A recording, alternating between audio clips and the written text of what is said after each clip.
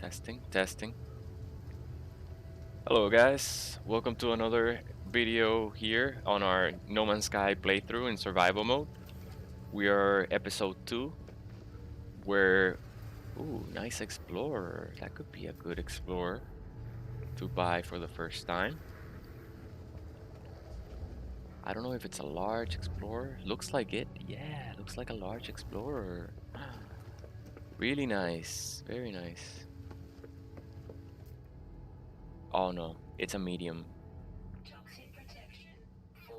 That smaller one is actually the large inventory one. Either way. So welcome. So yesterday we got settled. We established our first base, completed our basic missions, got our warp drive, pretty much everything set up that we needed to be able to explore. Now today we start off with hardly any units. We only have 736,000 units. So what I first want to do is to begin establishing trade routes. But in order to do that, I'll need at least almost 4 million units to begin buying fusion cores, and then we can start making a chain because we'll be able to sell those fusion cores and make a killer profit. So what I would like to do is go back to the original base. We have two bases into trading posts. I want to, since I'm gonna travel, I want to buy as many fusion cores as I can. That way, I can make a little bit of profit using this teleporter here.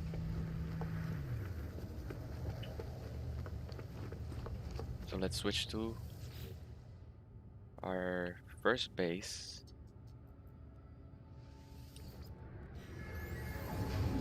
I forgot to name this base, but that's fine. We can do that later. We only have two bases right now, so we shouldn't get confused. I'd be scared if I get confused. It would be my memories that has taken a hit.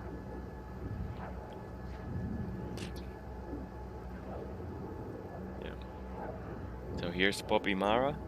She had breakfast today. She had eggs, and then we went for a walk. And later on, we're gonna be playing. She's all riled up. She's like, "Okay, we need to play. It's playtime, but it's not playtime. You know, it's not playtime.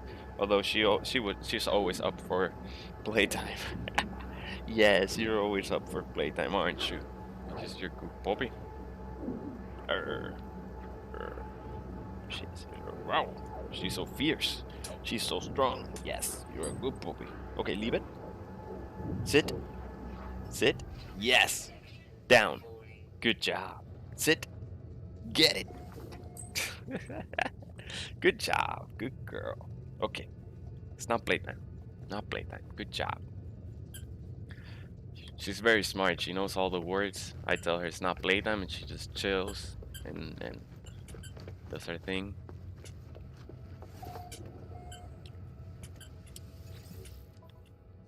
Alright, so let's go ahead and sell those fusion core, and you saw we only spent 700,000, but now we're gonna get a million back. So we did make 300,000 worth in profit. It's not a big deal, but it's something.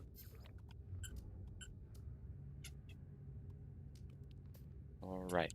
So here we should have a storage container, and what I'm gonna do is I notice I have a bunch of hermetic seals. So I wanna leave them here so that they're always available whenever we need them. You can store 40 inside the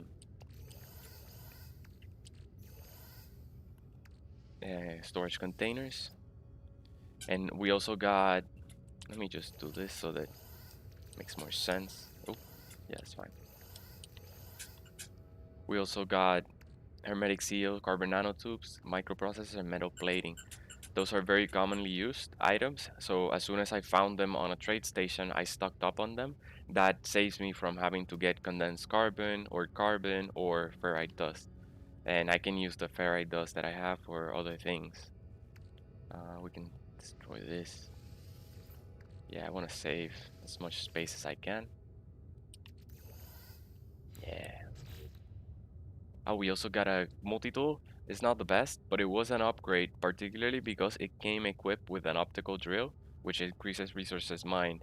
But since we got it for free, we just like took it, you know. I'm not gonna be repairing these. I'm just gonna use it as is. We also install a surveying device so we can find deposits. Most interested in the sorry, most interested in the electromagnetic deposits. Looks like we're short on condensed carbon. So before we begin anything, I want to make sure I can create some of it so that we don't run out middle of the stream. But yeah, if you're liking this video, don't forget to subscribe, hit like, hit the notification bell, share it if you want, and it really helps me out. So how I'm going to make the money, the 4 million units, is going to be really easy. We're gonna look around this planet for both natural burial sites and salvage data. Those salvage data will keep, but the very ancient bones we will. Oop, this is not where I want to go. We will sell, and hopefully we can find rare bones that will sell for a million and a half units. So we'll make that money in no time. After that, okay, I'm gonna have to get condensed carbon. After that, once we have 3 million units, we'll switch, I mean 4 million, we'll switch, and what we'll do is we'll travel between star systems and establish trade routes. Once we have some trade routes established and we earned around 30 million units, I'm going to go up to a space station and buy all the wiring loom that I can afford and then start the economy crash. And by the end of this stream, we will never need units again. So that's how quick it is. We only have 2.5 play hours. At least that's what I saw when we started, when we loaded. So hopefully before 5 hours of playtime, you can already have so many units that you don't even need anymore. Okay, so condensed carbon. Let's get the condensed carbon. I don't want to be upgrading this starship very much, or my multi-tool at all, because since we're about to get a ton of units, we'll be able to buy. I subconsciously want to go somewhere. I don't know. I keep you opening that teleporter. That's not what I mean to do here. So mixing oxygen and condensed carbon multiplies carbon by 6. So it's really efficient, really convenient to do this, and that way you don't have to be gathering carbon in by trees and condensing it down, spending a lot of time refining and gathering. You just take the bit of condensed carbon you have and multiply it by 6. All right. But yeah, this should be plenty for us to create warp cells and be able to travel later between star systems. It's as easy as that. Look, we already multiplied it by 2. So we're gonna keep running until we run out of oxygen.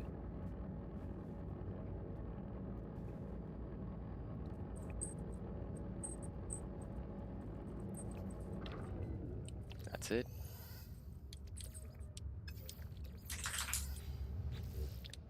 All right. So I like to keep 500. Oh, it's a B class. Still, we don't have units yet to buy ships. Today's gonna be an exciting day. Today we're gonna get so much done. So let me keep 500 there, and I'll keep this 193 because in my inventory, because what we're going to do. Oof, that was close. Is we're gonna find an area over here where we can park and then use our exocraft. It's gonna be difficult because this planet is very, very mountainous. So I want to find an area. We cannot move too far away from base because our exocraft terminal is there. and therefore it still only has a limited range.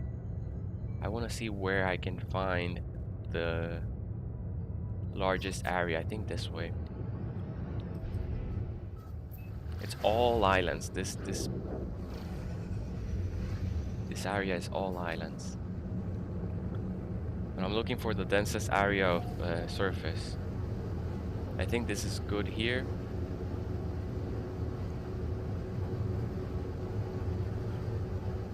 Let's park up on this plateau here.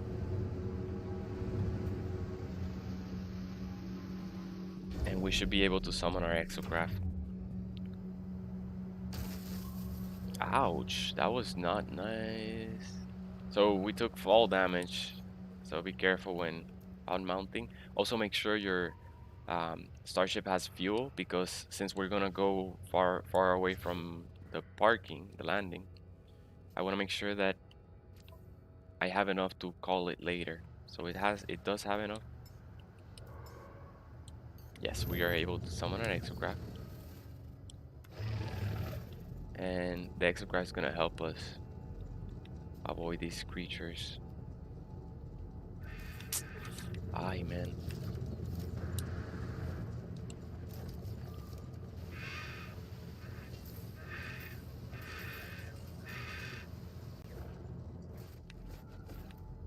This area looks pretty barren. Buried module.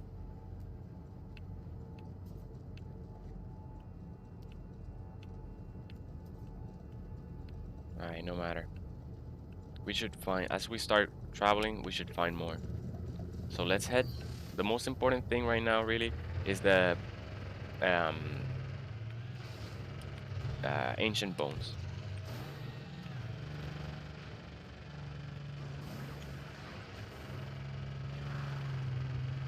There it is.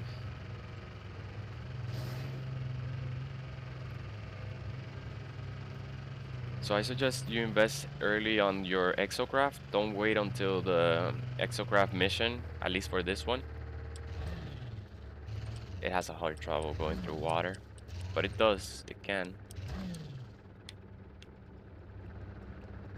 Oh my god.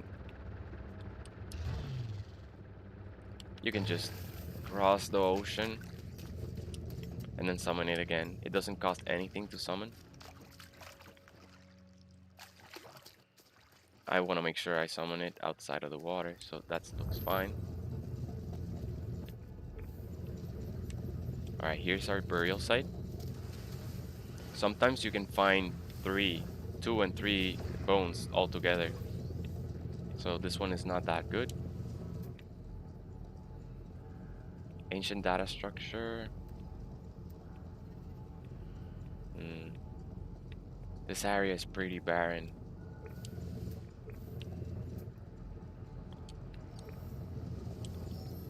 I think I want to move.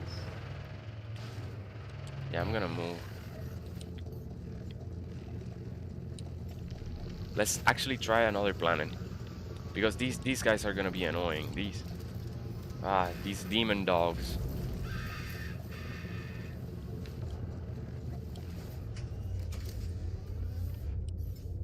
Okay.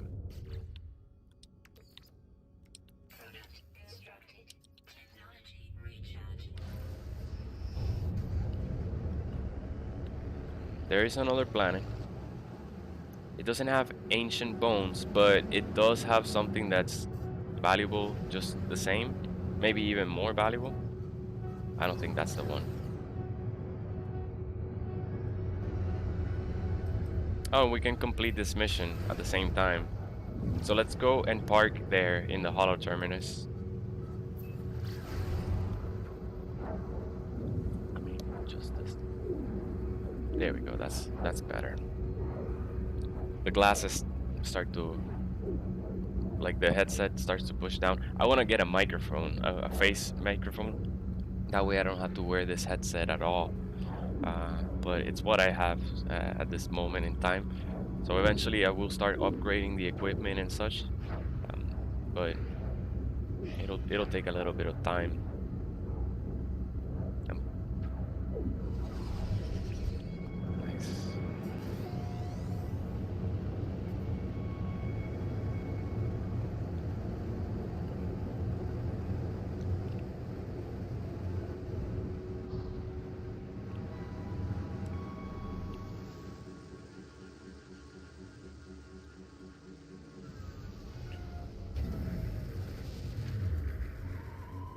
Let me see if I can summon the exocraft though. I cannot.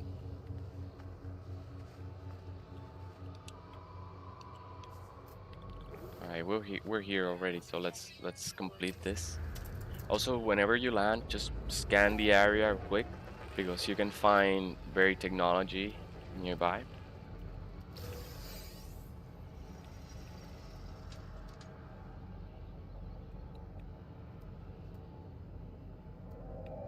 This one is abundant. It has resources abundant.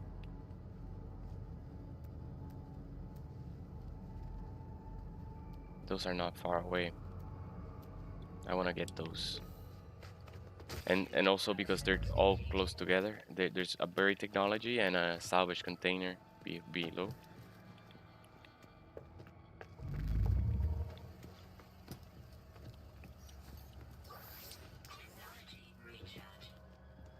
One of the first things we did was buy oxygen capsules and ion batteries because I can use those to recharge my exosuit and my life support, totally eliminating the need for sodium until now.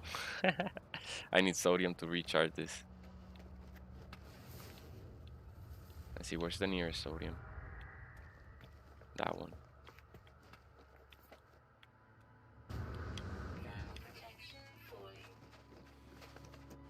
We just need a little bit. The most annoying thing is gonna be having to climb up again, but it's no problem at all.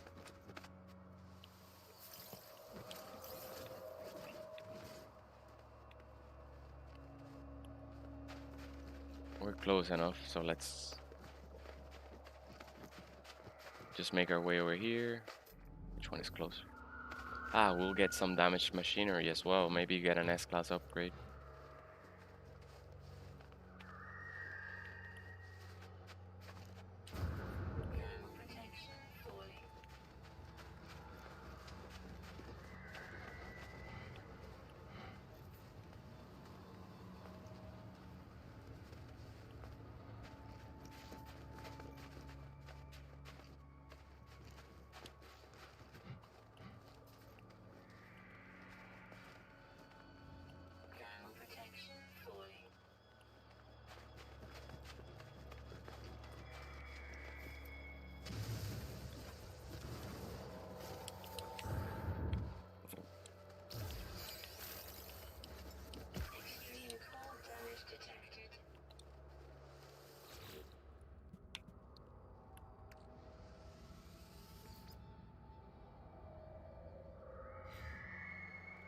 Sometimes they glitch and they don't give you a reward. Just opening them again and you'll get it. Alright, let's see. Oh, there's another buried technology really close by.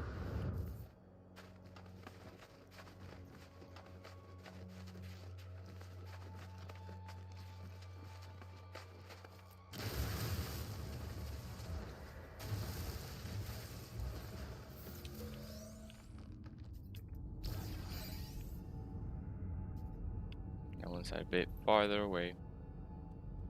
Alright, there is the salvage container. Since we upgraded our drill, our mining beam, we can even harvest these condensed carbon crystals, the large ones, which give you 39, not bad.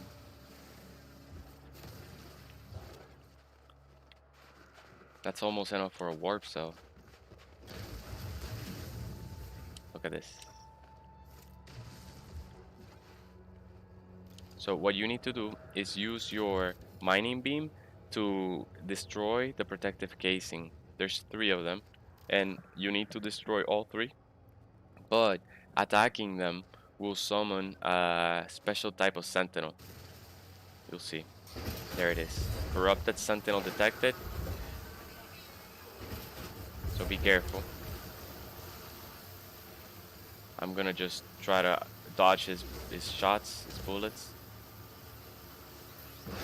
Woof, rare item found. Greasy something actuator. There's the hollow terminus. I want to check how much it's worth.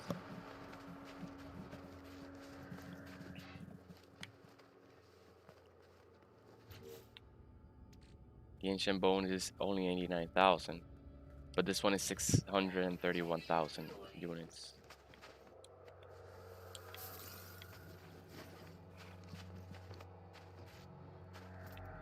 Once we have our exograph here, we'll be able to make a ton of them, a ton of units. This is a better planet than the other because it doesn't have water, making it way more flat, making it easier to traverse with the exograph. So we'll have to, what I'm going to do is travel back to the other base, get the paraffinium that I need. Maybe I don't even have to travel back. I can probably just create a base here real quick. All I need to do is have a solar power the storage container, and get the resources out. Holo terminus activated. Multiple signal sources available. Let's see if we can contact Artemis. The tower hosts a powerful transmitter designed to facilitate holographic communication across long distances.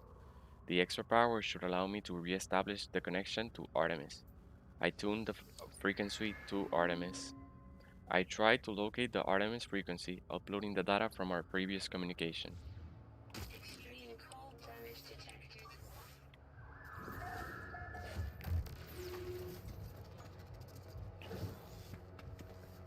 Yo, yo, yo, Artemis, what's up? Protection falling.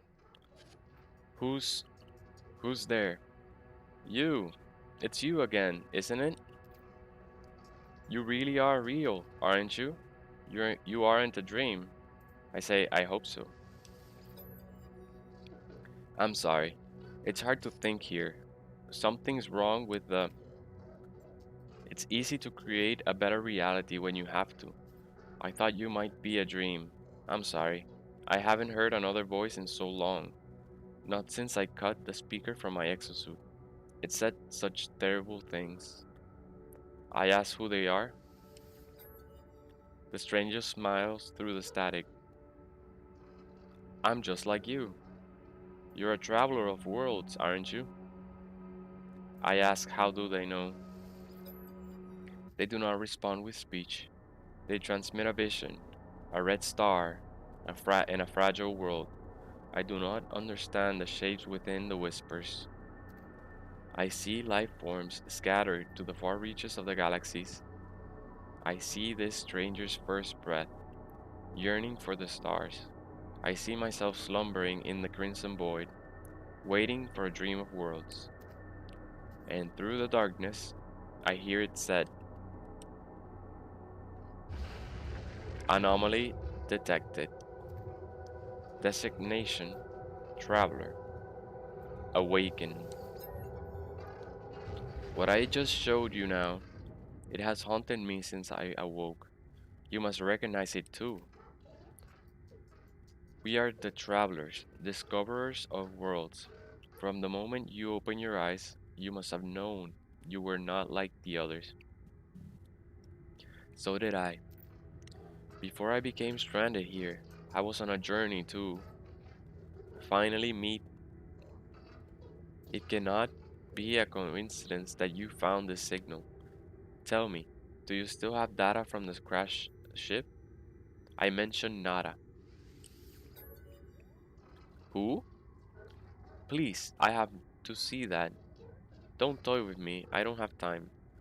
So I upload the data. I upload my Exosus records, including the strange transmission I received and the data I found at the crash vessel. Much of my equipment is damaged. I am alone, on foot, stranded on a sunless world. I don't even know how your signal is reaching me, but this ship you found, it belonged to me. Once, perhaps. There is hope after all. We need to work out where we both are. If you build signal boosters across this system, we should be able to triangulate your position. I'll be able to find my way out, and you'll get the answers you seek. Alright, I agree. Thank you, traveler. You're going to save my life. You're going to find me.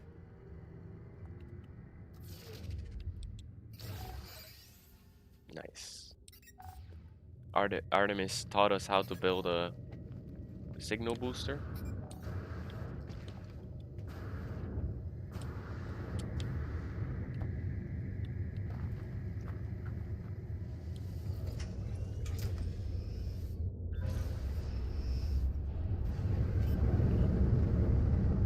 Alright, let's go back to base. Oh no, wait. We should build one here. We should build one of the signal boosters right here.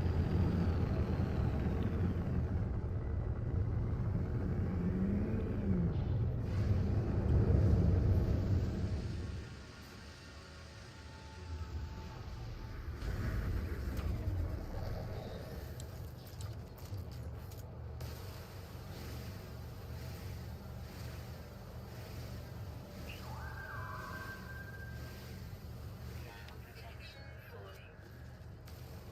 Life support power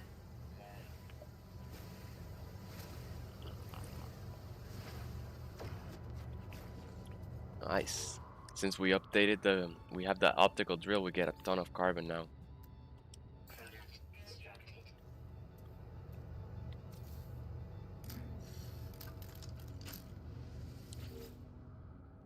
Outpost signal detection online. Navigation subroutines online. Exosuit upgrade unit detection online. Please select navigational task. Triangulate position. Alright. Now we're ready for our next position. But first, I want to go back to base because we have archives available for extraction. And that is a timer-based mission. So I want to put that timer, I want to start that timer for the next set of archives. But yeah, we got lucky. We found a pretty much an Earth-like planet on our first star system. Look at that, blue atmosphere, blue water.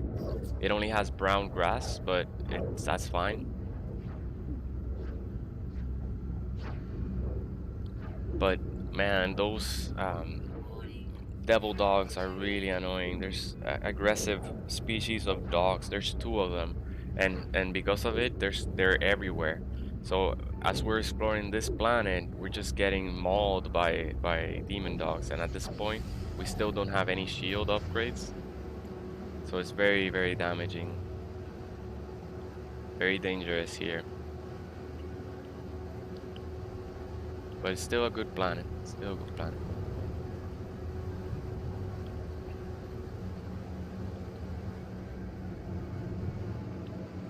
I want to park near the base here.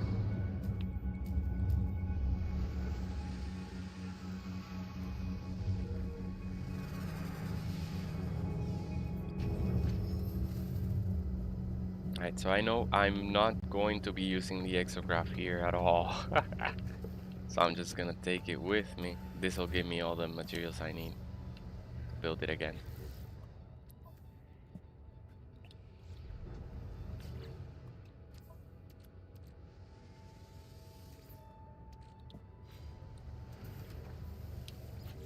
I want to make inventory space. I'll need Mordite later, so let me save it.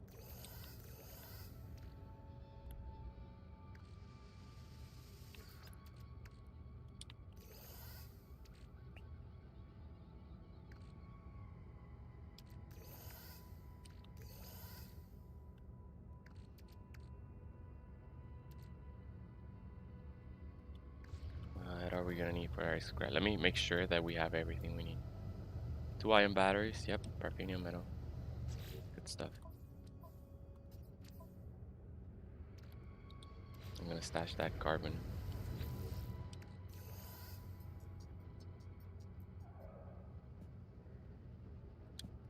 Perfect. And now, let's extract the records, the archives.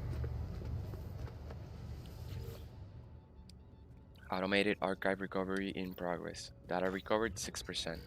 New data available. Search the archives.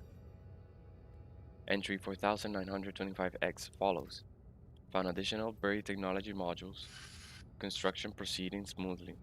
Recent expeditions yielded copying data. Additional data available. Construction logs recovered. blueprints reassembled and prepared for download. Search construction database. Exosuit technology data extracted. Downloading plans. Personal upgrade module synthesized from data scraps. Readable archive retrieval complete. Beginning defragmentation on the next segment. Oh, nice. We got a life support upgrade.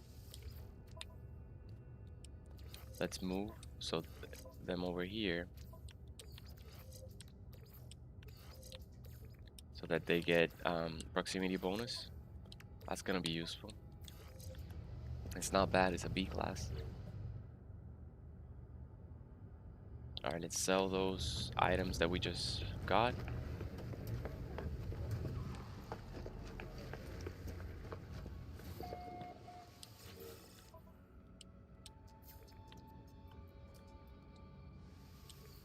Units received. Units received.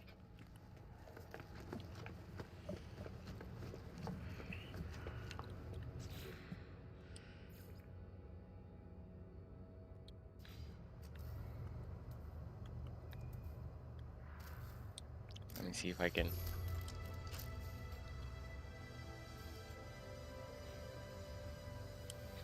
Triangulate signal here. No, we cannot.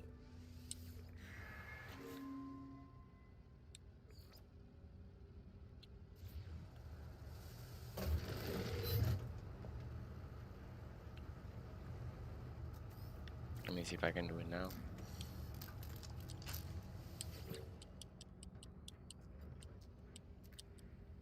Nah.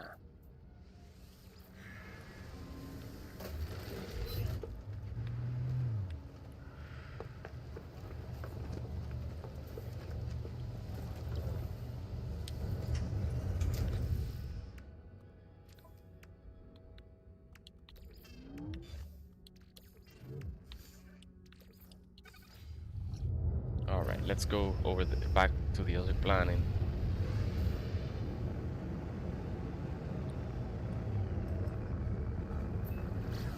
So I want to triangulate because this is good. This is 100,000 units.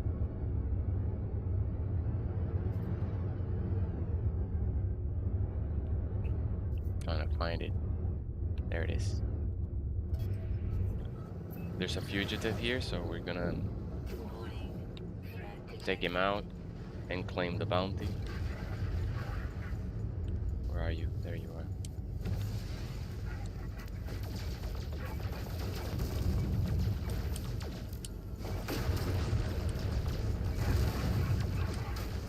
As easy as that.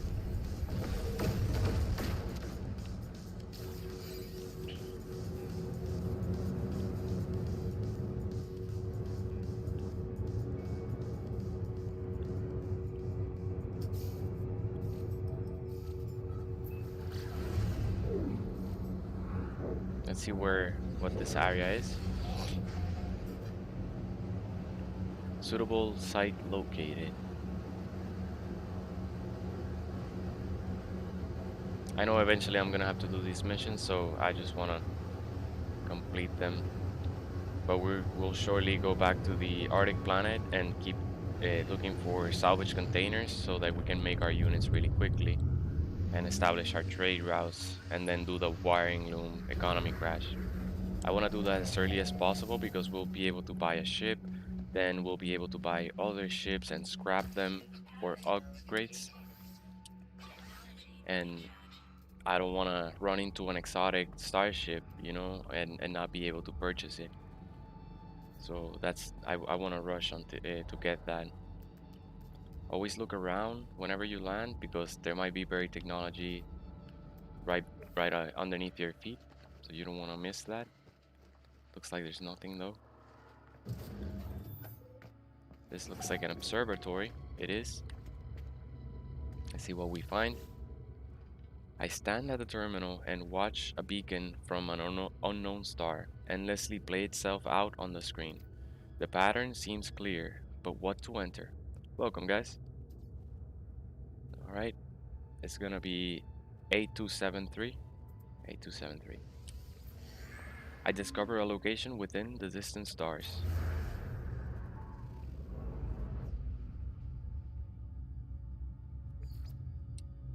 Alright. This is gonna help us with our units because we probably will be led to an ancient what's it called? I forget. Ancient knowledge, or history of the past, something like that. It's a treasure chest that has a relic that could potentially be worth 2 million units. So that should get us to the trade routes instantly if we find a rare one. Oh, wait, I forgot to put the triangulate the signal. Let's land again. Welcome, guys. Hope you're having a good day. It's nice and sunny out here. Pretty nice day. Let's see. We need to triangulate our signal in order to locate Artemis' exact position. We need one more position to log in order to find Artemis. But our priority is making the first units that we need. So let's go back to the Arctic planet. Oh, an ancient ruin. That's what it's called.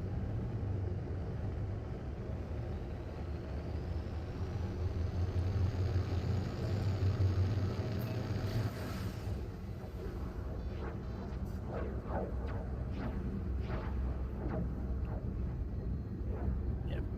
And this planet, as you can see, has salvage scrap. We have just collected our exocraft terminal, and we're gonna place it here on this planet, and then we will use our exocraft to navigate quickly between the salvage scrap areas or deposits and collect these units in no time. So I want to make it as fast as possible so that we get to the point of economy crashing ASAP and then buy our first starship, because this one is not the most efficient starship. Nice, nice, okay.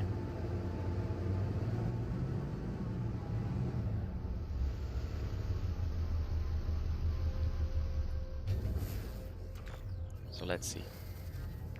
Always take a quick scan. Getting pretty unlucky. I haven't found. That was not far, but it's not worth settling here. Ah, there's a lot of albumin pearls, so let's get those.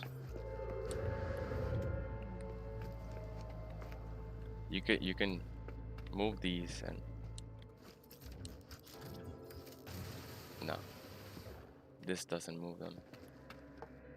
All right, let's learn our word.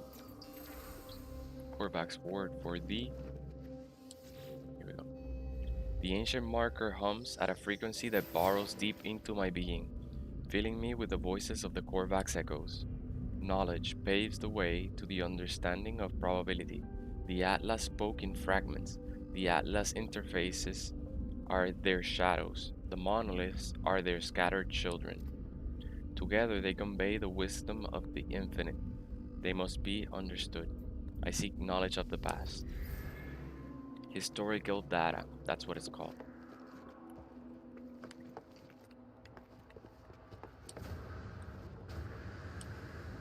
So let's get these pearls, they're right here. Wow, and there's so many of them.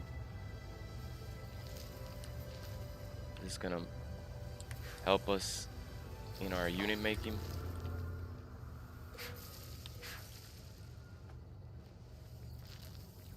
I want to switch my camera.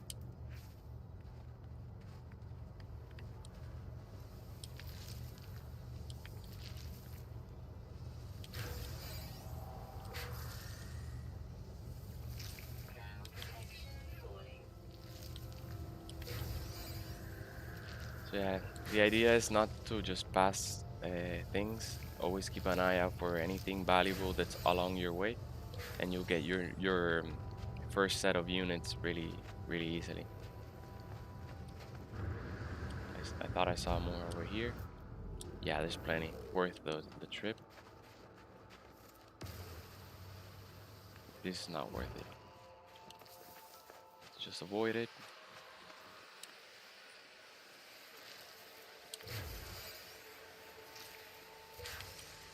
Ground protection fully. Almost done. It's really quick to get these.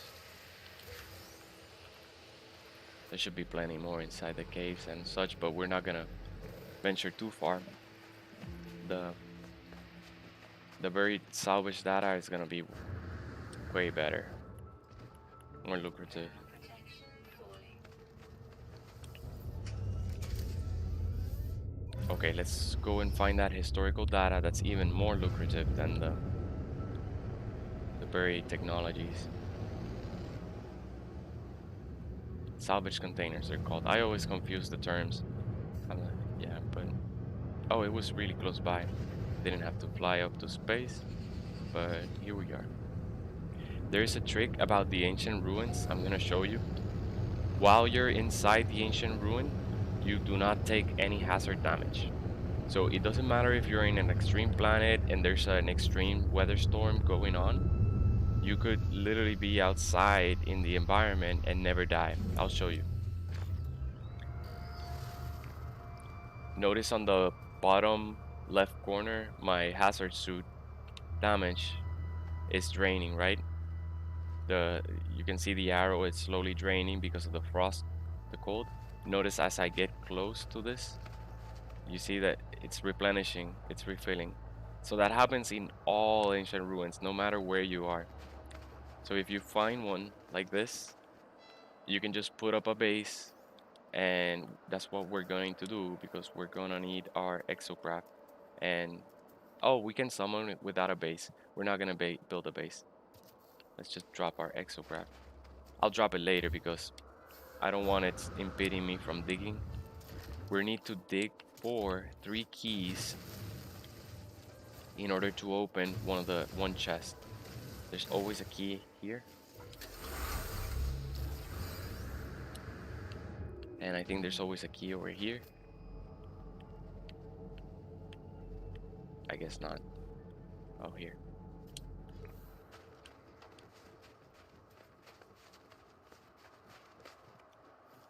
Let's enter at an angle so that we can easily get out. If I go vertical, it might be difficult since we don't have a jetpack upgrade yet. And you can see they're pretty deep. Wow, this one doesn't let us dig. It's below the limits of the planet. We're gonna have to find another one. That's not far. I'm looking. These are what we're gonna be collecting. Nice, that's close by. Grab a Tino ball up there. Let's get this one.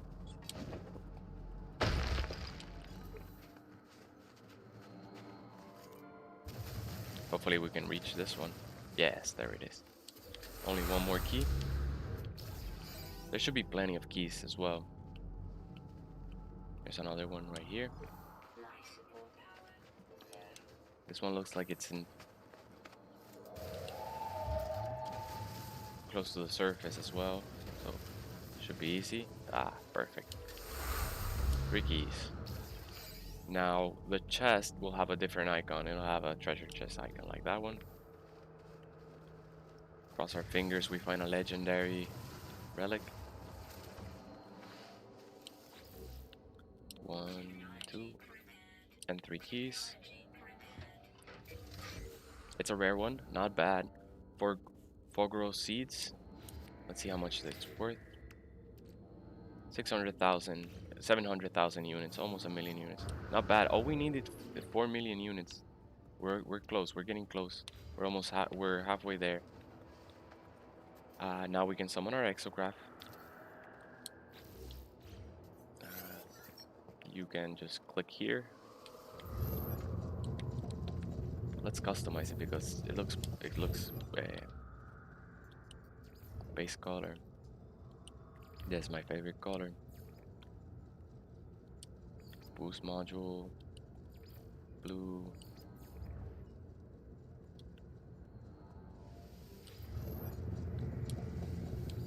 All right, we're ready. Wait, I need to mark a location. I don't know where to go. The nearest one. Nearest one. That's nearest, and then we can go to that one. Okay, so let's climb using our roamer. If you have hard time climbing with an exocraft, this one should handle this incline, but some don't. You can just climb up on foot and then summon the exocraft once you reach the top.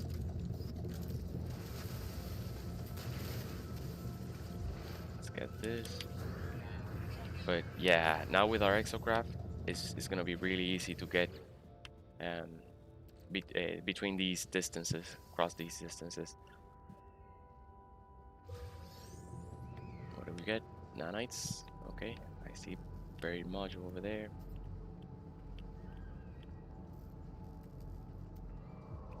There's more there, but it's far away. Nice, a herd of weird animals.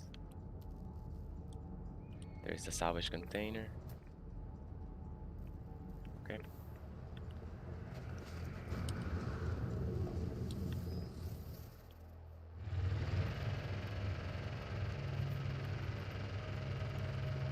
You'll see once we economy crash, we're gonna progress so quickly because we're also gonna be able to very quickly maximize our inventory, and then we'll be able to carry so many items. That's gonna make it so easy to complete any mission that we find. We'll get a lot of upgrades for our starships. Okay, this is protecting casing. Let's expose all the casings so that we can... Oh, this one only has one casing.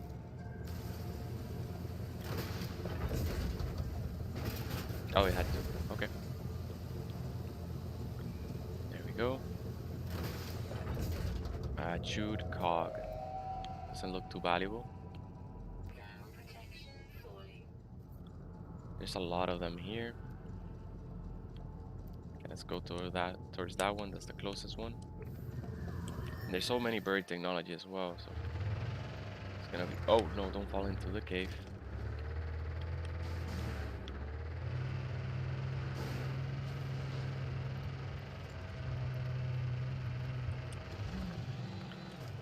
For a long time, I didn't know these exocraft could jump. I wouldn't have thought that a car could jump, right? If you're in an airless planet that has low gravity, when you jump, especially with the Pilgrim, or the Pilgrim, it'll fly. It turns into a spaceship. It's really, really cool. We'll see that later.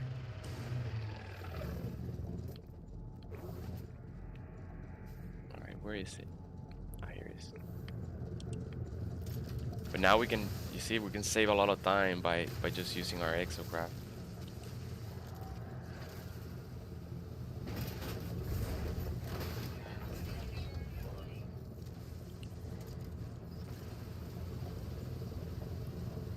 Let's see, let's find rare things for us. Nope.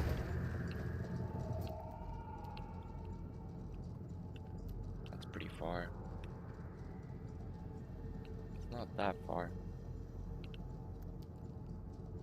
Ground protection falling.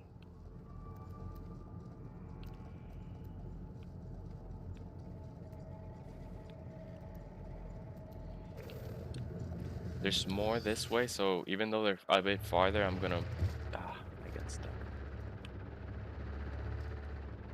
I'm gonna head towards this distance. Inside your exocraft, your hazard suit will drain slower. Vehicle damage detected. I think I lost the marker. Let's stop here. There it is.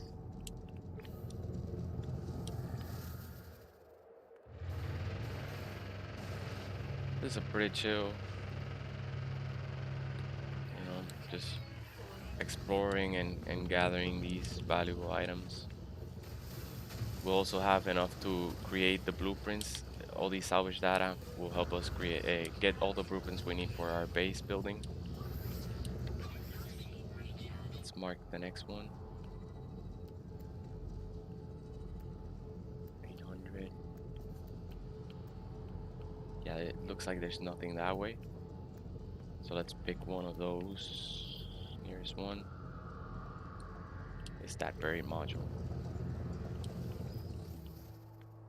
You could sell the modules. They're really expensive. But in this case, I think I'm gonna keep them. Since we just started out, we don't have any blueprints unlocked.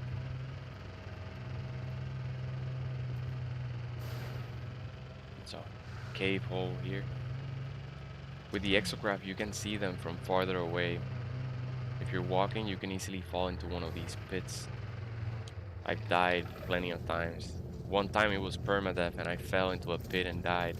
I was like, oh man, that's pretty lame. I think that's the closest one. Yeah. Okay, this is the closest one. How close is this one? Alright, let's go this way and then make our way down the hill. If this is a legendary one, I don't want to miss out on it, you know? And I think this is going to be the most efficient route. I can't wait to upgrade our exosuit with life support and with... But this is what we need to do to get there as quick as possible. So it's just a bit of grinding and then it's going to be very rewarding. Because then we don't have that annoying computer telling life support 50%.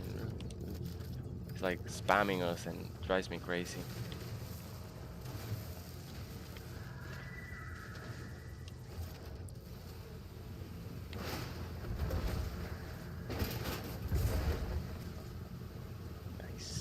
Nice. Rare one.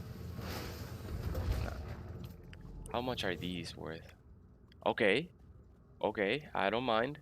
I thought they were gonna be like 50,000 units. No, they're 300,000. You can keep them coming, I don't mind. These are better than the ancient bones, look.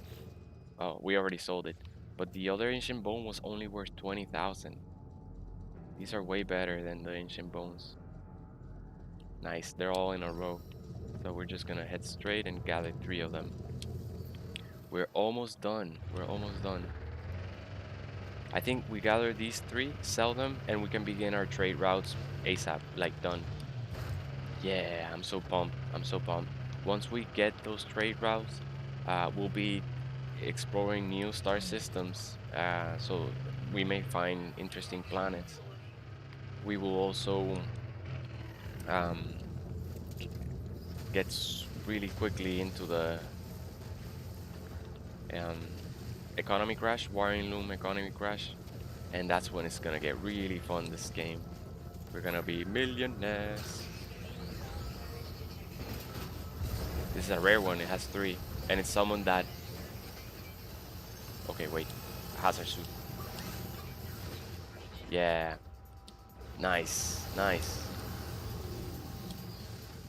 So if it has more casings, if it has 3 casings and it summons one of the sentinels, then it's a rare one. And we found an epic one, but we could also find a legendary one worth even more. Legendary ones could be worth 1.5 million units each, so it's really rewarding. This looks like a common one. It has 2 casings. Man, are you ugly, guys. Although it summoned a sentinel, it may be rare. No, it's not rare. Okay, where's the other one? Let's mark it. Ouch. I want to get those salvage data. It's not far. 300 units is nothing. I mean 300. What's it called? What's the measure of distance? Yards? Meters? Probably meters. It's a British game, so it's gonna be metric system, which is the scientific metric system.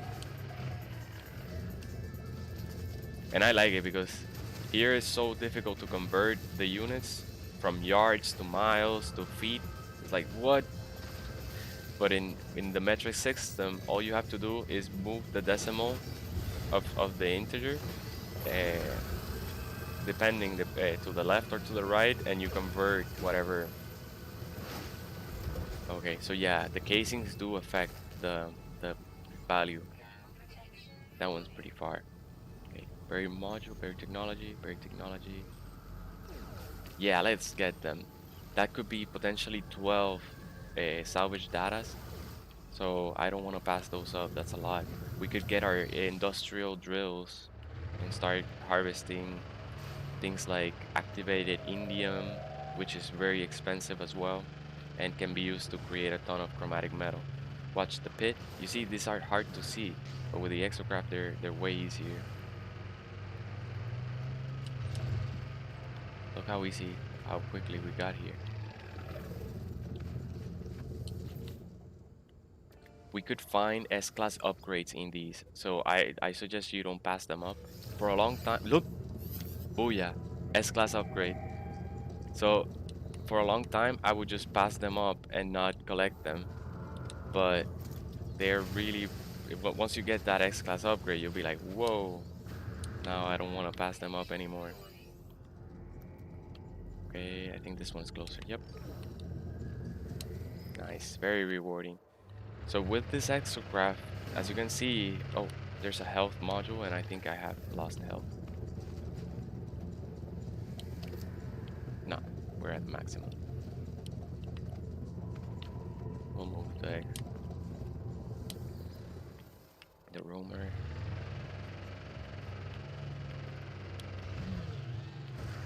Let's put it here.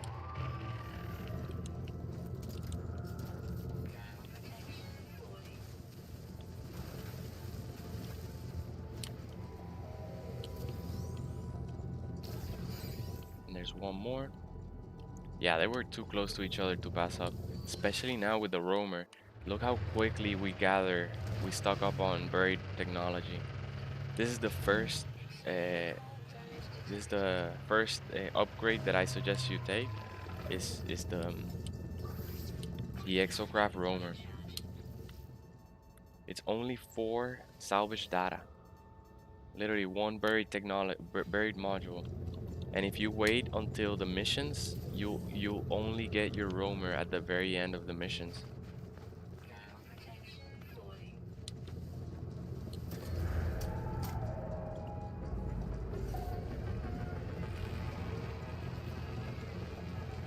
Oh, excuse me.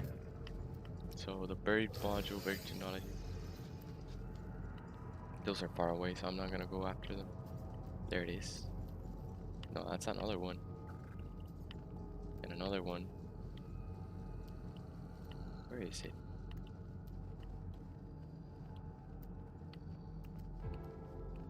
Ah, it's right underneath our feet. Nice. Oh my god, I just want to keep collecting these buried modules now. There's just too many close by. Let's see how many we have already. 18. Yeah, let's keep going, and we'll be able to unlock our industrial drills and electromagnetic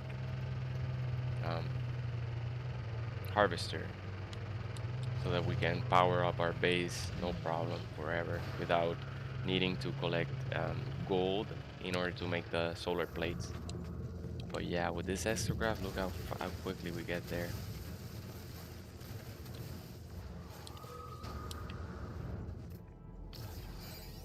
Make sure there's nothing else valuable along the way.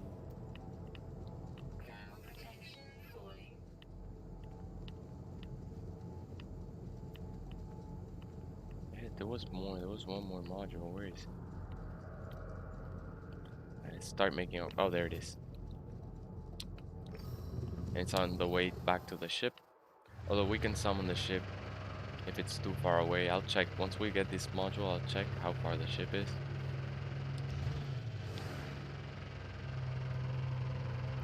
Nice, nice, nice.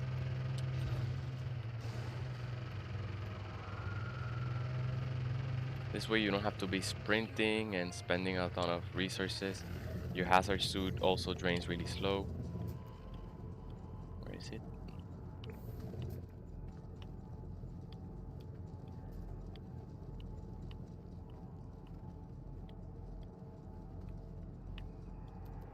lost it now. Falling.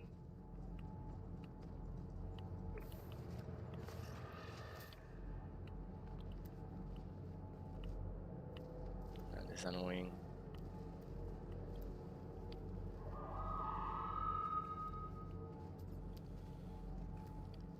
Should be here somewhere. Ground protection falling. Technology recharge.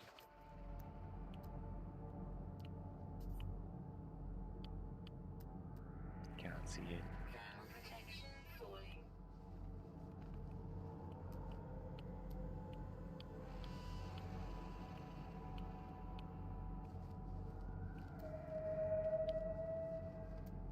That's odd. Disappear like the other one.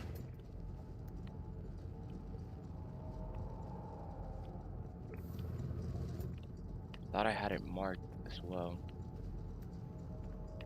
Well, there's one over here. Maybe when we get to this one, we look back and find it.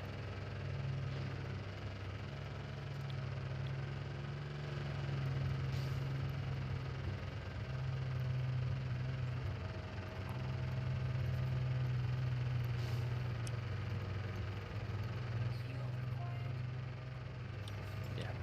So just keep some condensed carbon in your inventory and you'll be able to refill your the engine, the fuel. Let's hope for another salvage. I mean S-class upgrade.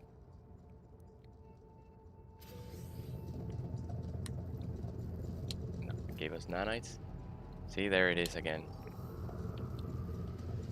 Alright, let's see if we can get it now before it disappears.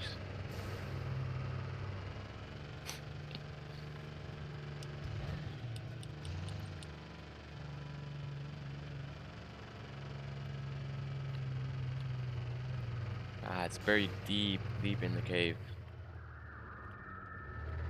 No matter. So just enter at an angle. I'm not gonna drop through that cave system. I'm gonna dig my way. Technology recharge. It's not that deep. Yeah, it's pretty deep. But this way, I have an exit as well.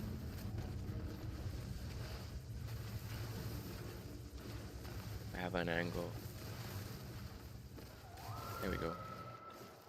Because my jetpack is not upgraded, so it's gonna be hard to just jump this distance up.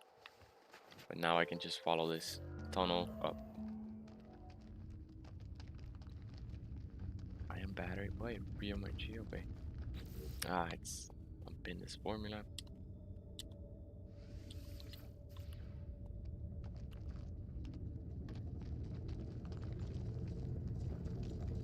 I do want to go back to my Starship so that I can pick up the Geobay terminal.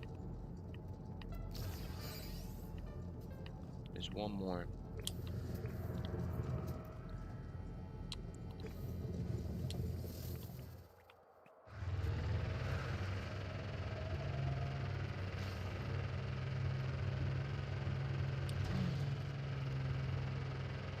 Nice, nice. This has been very rewarding.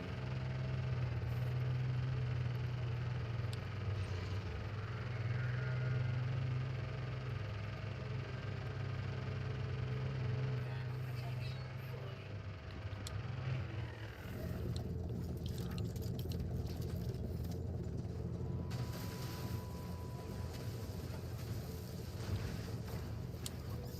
Ooh, yeah. That's a Sentinel over there. So Starship, copper. Ground protection Okay, falling. we're on our way out.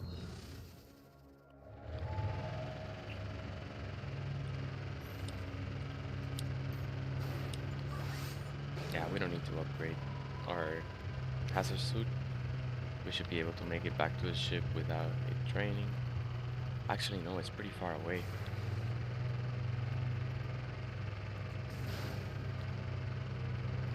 Yep, let's upgrade it. I want to see if... Oh no, we fell. So I'm glad I was in my exocraft because I can't take that drop without dying.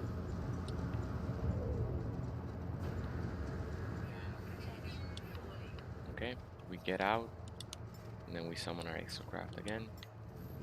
Let's look and see if there's anything valuable around in the scanner. And there is. There's a salvage container over there. Ow.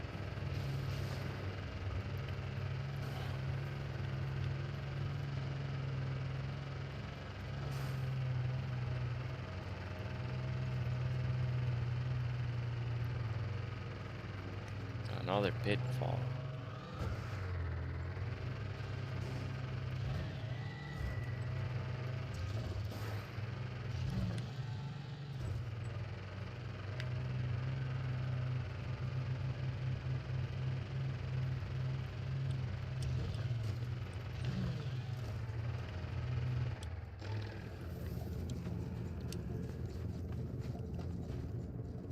I think this is a large one.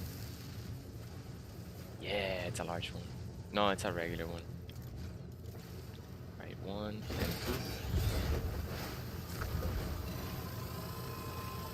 Yeah, you're not gonna do me damage. Still, those are worth 300,000 units, so it's not bad. Let me see if there's anything else on the way. Excuse me. Nope. Alright, we're headed towards our starship now.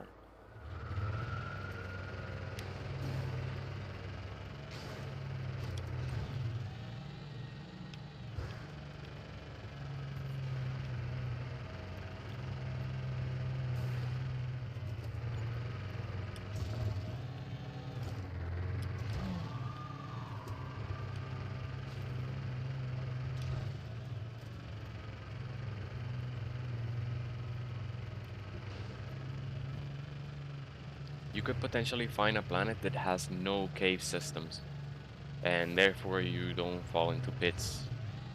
It would make the terrain really flat as well.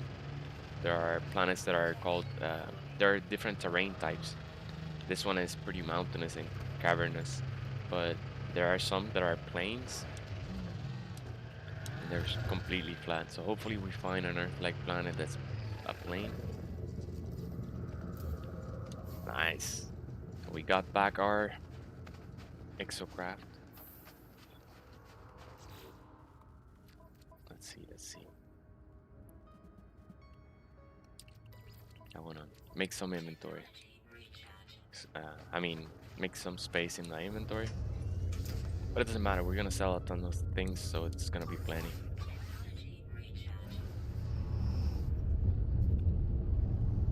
Since we're here, and this is in this very planet, our mission destination, let's go ahead and complete our triangulation process. But before we do, I want to summon the space station, because if we look here in the space anomaly, we have an option to, this is optional, you can bring news of Artemis to Nara, and when you do, Nara will reward you with Quicksilver. So I don't want to pass up on free Quicksilver. Let's just talk to Nara. We can also send milestone data, get nanites, spend our salvage data. See how much we have.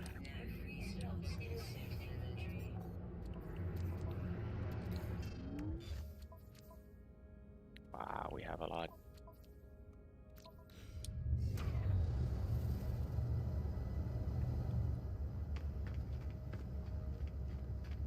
Alright, let's go first, talk to Nara.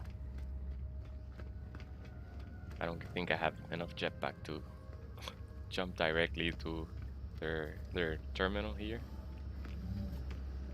or their command post.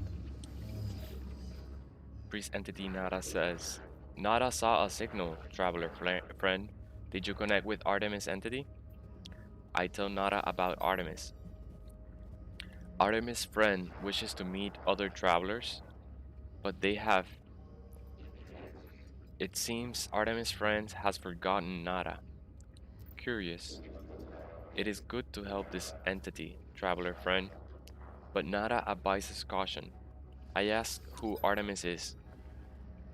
Artemis entity is a traveler entity, one like you. Nara made them safe. They were known to Nara. This entity may be Artemis entity, but a different iteration. Another way for Artemis entity to be or fraud. The universe does not like our little home. We do not acknowledge their rules, and they would punish us. Okay, Nara here tells us very interesting things. First, it tells us that it has already met Artemis and that Artemis already knew Nara. So Artemis, as we see him as a hologram, he says he is in a sunless world, which is very odd that a solar system does not have a star. So that's odd. Secondly, Artemis tells us that Artemis could be a fraud, and it has already told us that the Sentinels or the Atlas is hunting the space anomaly, trying to destroy Nara, Polo, and the space station, this space station.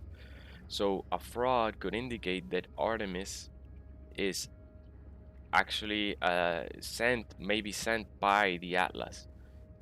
So he doesn't know. He advises us caution because it could be Artemis, it could be another iteration, meaning that there the same person could be revived multiple times probably. We did find Artemis's crashed ship indicate and the log read that the Sentinels intervened and destroyed the ship.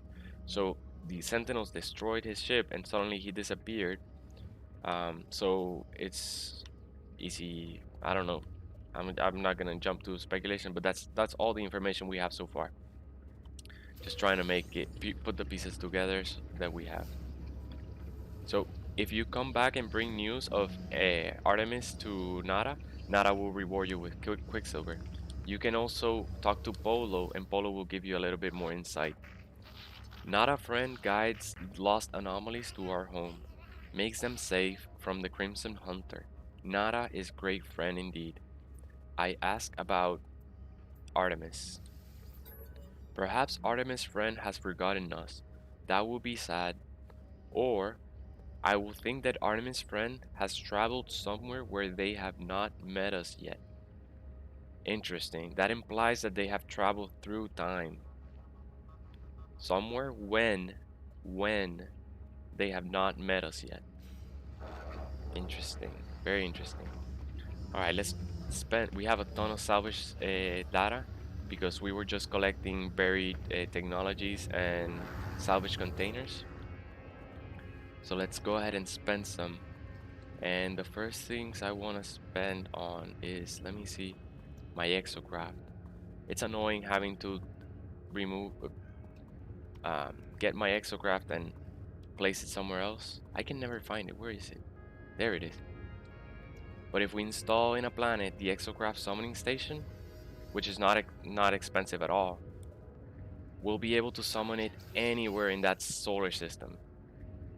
So I'm gonna spend on this, and once we have a freighter, we can install it an orbital exocraft materializer, and then we can summon our exocraft anywhere in our freighter. But for now, the star system works. Let's see, what else are we gonna spend on? Let's habitation on habitat. So we'll need, I'll spend on the corridor. I won't spend on this one yet, just yet. We're getting close. We're getting close to our windows. Actually, we can get our windows probably. Yeah, we can get windows now.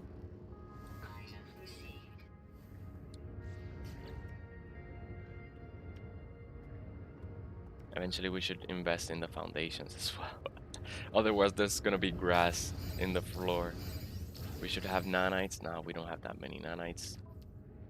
So we gather a bunch of these items so that we can get units, enough units to start the trade route unit making method. Don't forget, every time you visit your space anomaly, you can go ahead and upgrade your suit. I'm gonna just buy the least expensive, which I think is gonna be technology. Yes. All right. So now let's use Nada's teleporter. Although let me check the Nexus missions because there might be a valuable mission for us to do. Simon Robertson says, "Hi Tony, loving your content, bud. Thanks, man. I appreciate the support. If you have any request, you want to see any particular topics or video, just feel free to ask anytime. You have any questions? Uh, oh, nice.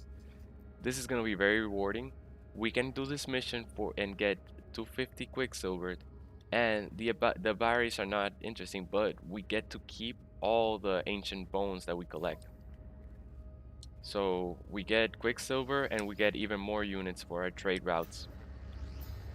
So let's accept that mission. This is gonna be easy. And we're also gonna be able to put our exocraft down, even though because we already have 50 paraffinium. It's the rare item needed. Yes, we do. So as soon as we arrive at the planet, we'll be good to we'll mount our exocraft and get these ancient bones in no time. Let's make space in our inventory. Oh, we also found an S-class upgrade earlier. Nice. We didn't have to teleport. So let me first visit the space station because we don't have any inventory space right now. I'm gonna sell that. So how you been, Simon? And thanks for increasing the volume of your last video. Nice. No, thank you for the tip, man, because that improves the content.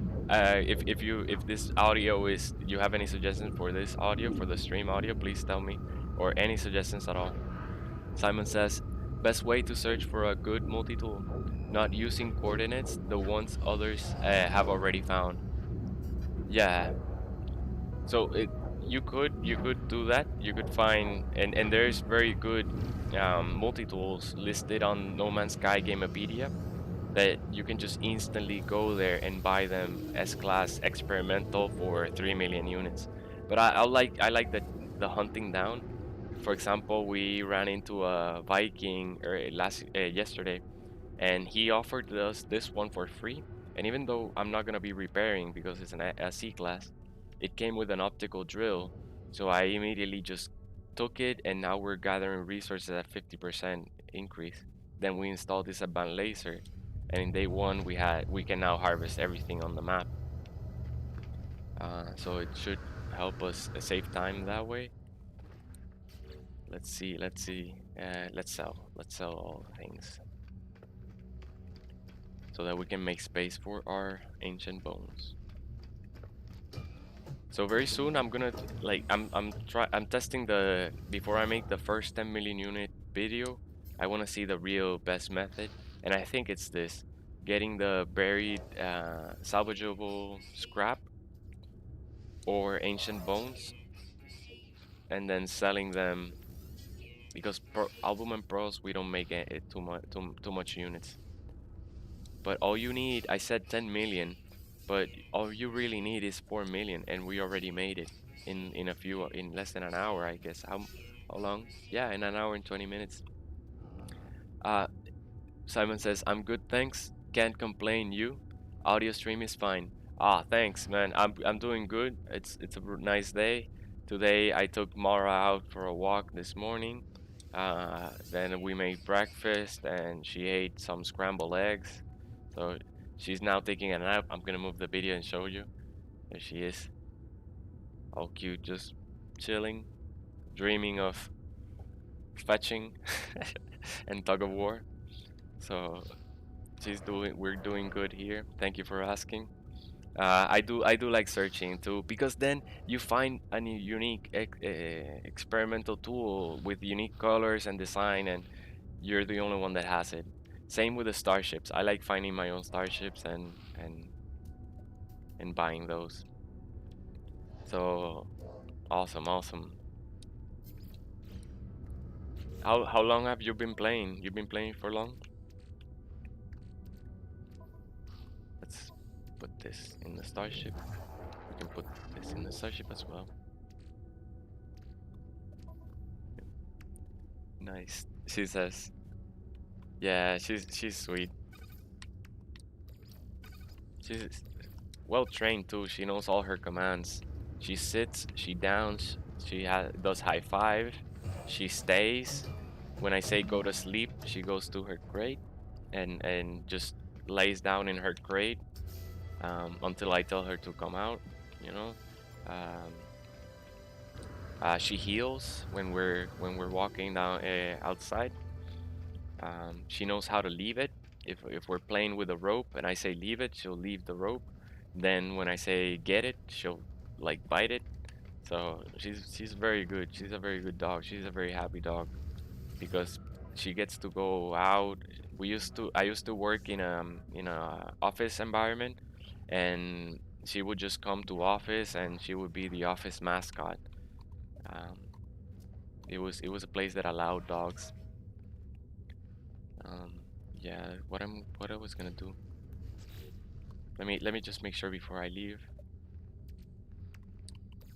Okay, we can get a bit more iron batteries. Just gonna get rid of this. How many? 37. Simon says, Simon says, that's funny. I started about a year ago, for a month or two and came back to it last week and I'm hooked again.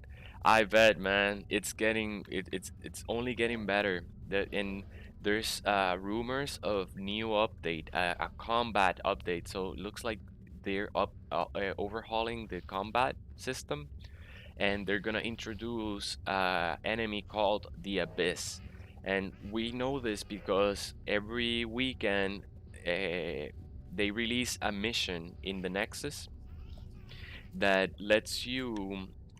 It's kind of like a special mission. It's not a regular Nexus mission, so I suggest you engage with them because they're very rewarding too. They give you 1,250 Quicksilver, and it sends you on a journey of like uncovering, like the last one took us to a crashed spaceship, but it was covered in an unusual toxic thing, a substance, and I had to clean it using venom sacs in order to extract the archive. And when we did, it told us about it told us things about the abyss.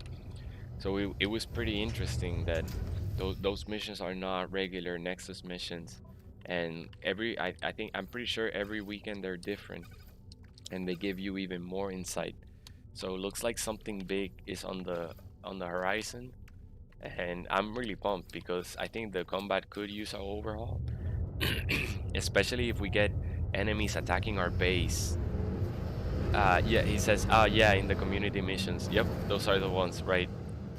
I've postponed Nexus missions for a long time, and it was dumb of me, but now I'm back into them.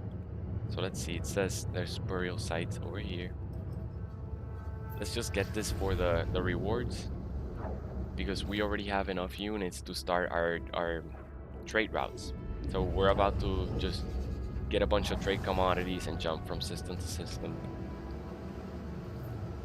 Once we get 30 million units today, we will do the wiring loom economy crash and we will never need units ever again. And hopefully we'll buy our first S-class starship, and we'll also be scrapping starships. Okay, I want to land somewhere that's flat enough for our exocraft, I think, over here. This planet is really bad because it's all mountain. It's an archipelago planet, and everything is water or steep mountains. But We'll try to find enough. We need to find one epic or legendary. So it might be the first one. There's plenty here. Oh, here, there's another, this one really close by. Okay, yeah, we can take our exocraft. I didn't know if there was a lake in between. Okay, so hopefully this is a quick Nexus mission. But yeah, those I'm gonna be doing all those community Nexus missions from now on. Really, really fast. Come on, crossing fingers. Legendary, legendary. Sometimes you can find 2 and 3 ancient bones at the same time. Versus the Sentinel ones, the salvage technologies, you always find one. Okay, I'm gonna go to this one. No buried modules. Simon says, couldn't do the first weeks as I had Discovery service not connected problem. What do you mean by that? It was that a bug in the game? Discovery service not connected. Oh, like it wouldn't let you do the community missions. It was like a bug.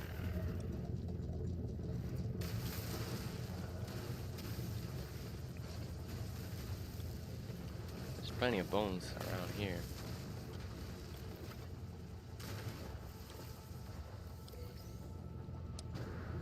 Alright, that's not a good one.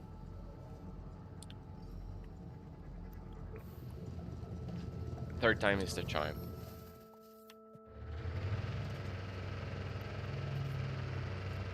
The new fine art says, hi there, Tony. Really enjoying your videos. Thanks, man. Appreciate the support, man. That really encourages me to keep them coming. My goal is to save you guys time and effort, so that you don't stumble with the same mistakes I did, and that way you have a better time. It took me 200 hours to max out the other character, so the character I use for making the video. Oh, this looks like a rare one. Yeah. Nice. Completed mission 1097 years old. So I want to teach you all those tips so that like, for example, yesterday I made the video on the Nexus missions, and I left those Nexus missions to the way end of the content. I said like, okay, I'm gonna do all these things, and once I'm done with the game, then I'll just do daily missions to keep myself busy, you know. But then I figured out, wow, you're getting really rare items from the Nexus missions, and they're pretty rewarding for a very short amount of time. So I should probably just like start doing this early on in the game, because I had already gathered all the items. Okay, I'm not gonna go there. I'm gonna fall on my ass. I still don't have enough jetpack, I think. Alright, let's summon our spacecraft. But yeah, what I mean is that instead of getting those resources and items easily doing Nexus missions, I had to gather them the hard way. Like for example, frigate fuel. Frigate fuel is it's not as easy to make as warp cells or things like that. The new fine heart says, definitely helped in keeping my storage inventory tidy. Awesome, glad to hear. That's not one of my most popular videos, so I'm glad you enjoyed it. I know access inventory management is not the most interesting topic, but it was rewarding, right? Hopefully. Uh, Simon says, yeah, if you go to the discoveries page, it tells you whether or not you are connected in the lower left corner. I think our connect. I think hello. We're having problems with their servers. Ah, I see. Simon says, hi, fine art. Hi, Simon. I can't get network option. Interesting. Let's look. Okay, I see where he says. Online discovery service active in this case. But I don't know, guys. Have you noticed that the Space Anomaly never has players anymore? After they did the crossplay update, the new Fahrenheit says, I mean, Simon says the new Fahrenheit, same problem or a different one. So when I land on the Space Anomaly, I noticed there's no players anymore. I used to land and there would be at least 3 or 4 starships, people just chatting and having a blast and doing Nexus missions. But now it's always empty. I hope maybe it's a bug and they'll fix it later. Maybe with the crossplay, it kind of messed up the matchmaking here. But yeah, it's always empty now. And I'm sad because it was pretty cool to arrive and just see people chatting and hear them talking. Maybe they were having a lot of complaints, people being vulgar and stuff. I don't know. And they turn it off. It says I watched a video that said to disconnect from multiplayer to avoid people spamming you, and since then it never offered multiplayer network options. Simon says my Nexus is always buzzing with players now. Oh, okay. Let me see, let me see. I watched a video that said disconnect from multiplayer. So is there any settings I have to do? I think there's an options. Options. Maybe I have, yeah, there were some network options. Where were they? Options, general options, maybe. Discoveries, catalog, milestones, log. Where were the network options?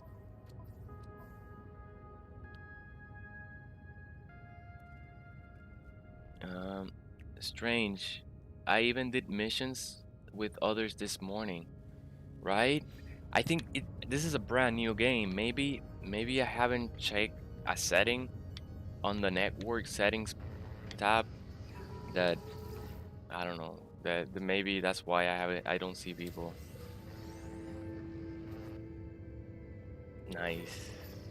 We got some batteries. Getting some quicksilver. I can install this.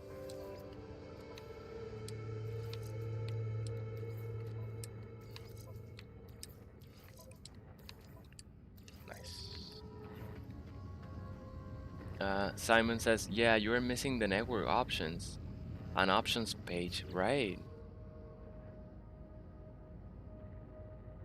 I remember it had the network options.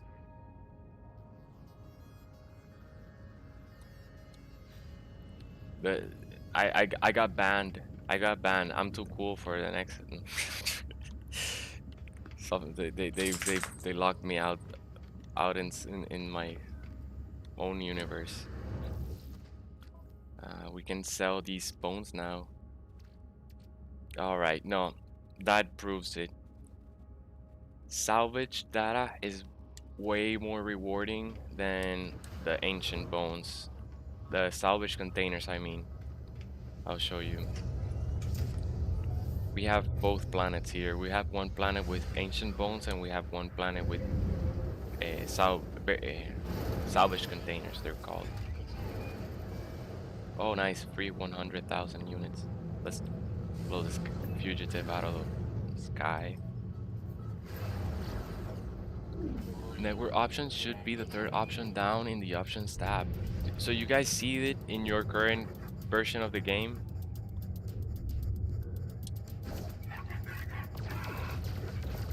I gotta check.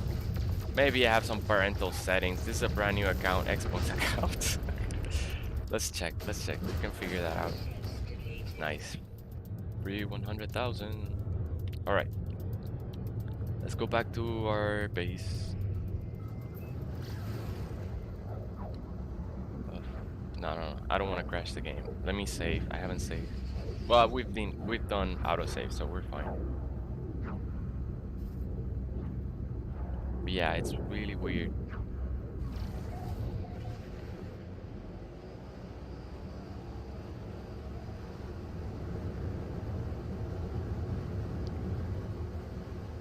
Oh, if you guys wanna play, I don't know how to add crossplay, but my ID is TechTony number 4931.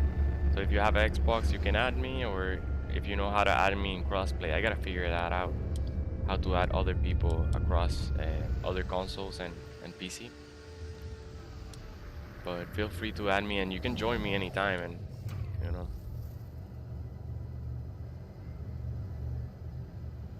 We don't have computer archives.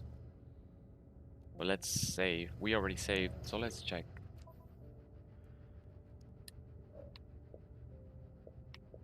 Let's see, settings.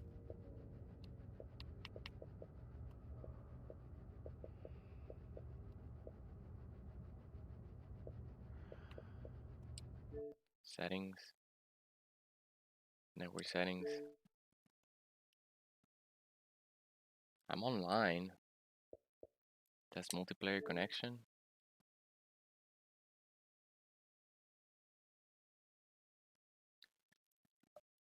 Yeah, it's weird, right? But it's also happening on... No, this is different. Maybe this is a bug exclusive to Xbox. Are you both playing on any of either of you playing on Xbox? Because it's also happening on the other account, the 200-hour character. There are no problems with your multiplayer connection. Maybe it's a bug exclusive to Xbox after the crossplay. Uh, I will add you later, Tony. My gamer tag is XNY1. All right. We can add you. Is it an Xbox thing here? Friends online.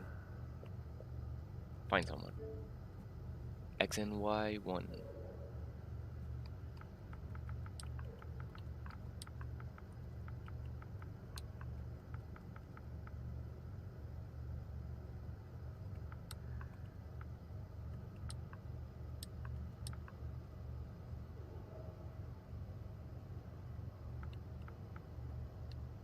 Oh, this?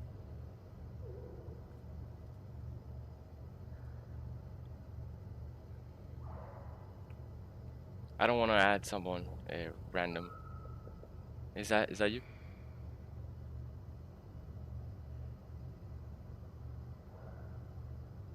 Okay, he says yes. All right. He or she. Okay, add.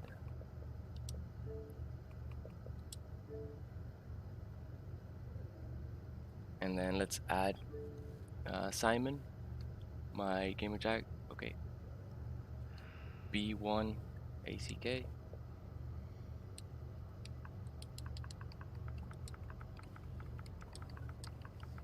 Okay, W. I think I saw you there. Okay, now let's type. Nice. 1F.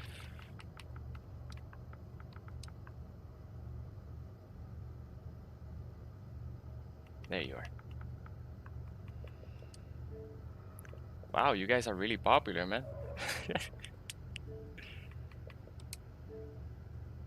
That's you, right? Nice. Okay. Yeah. Oh, wait, top one? Oops. No, that's you. That's you. That's ending in 69. Or this one. Did I add someone random?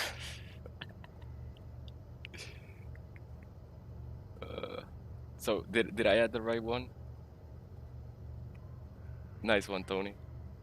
Uh, so I added someone random.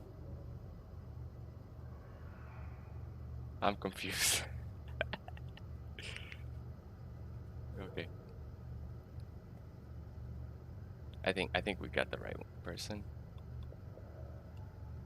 Okay. Let's see. What are we gonna do? Commodities. Let's empty inventory so we can hold more.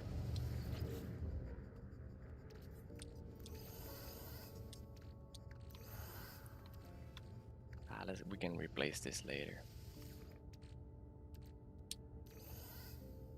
Inventory full.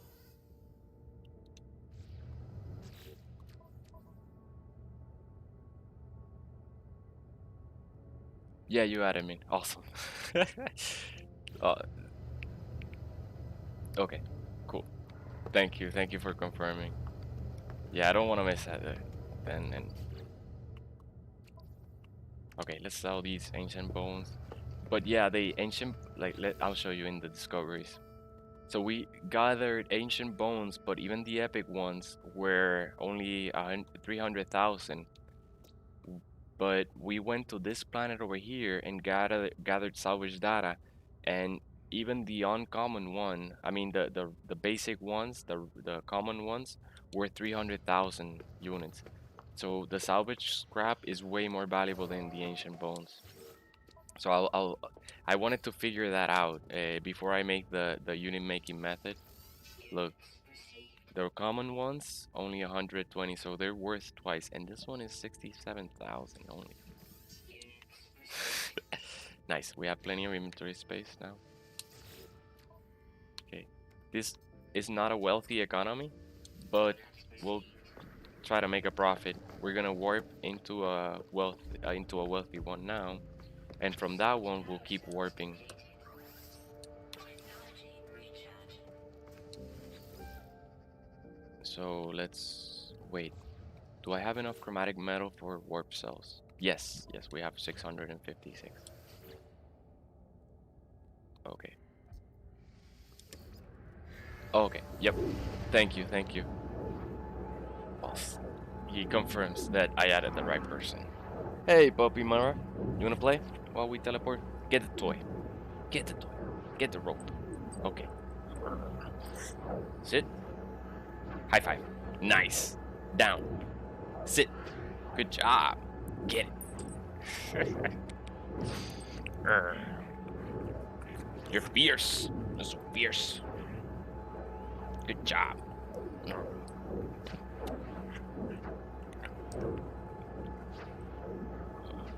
Okay, leave it. Yes. Good. Good girl.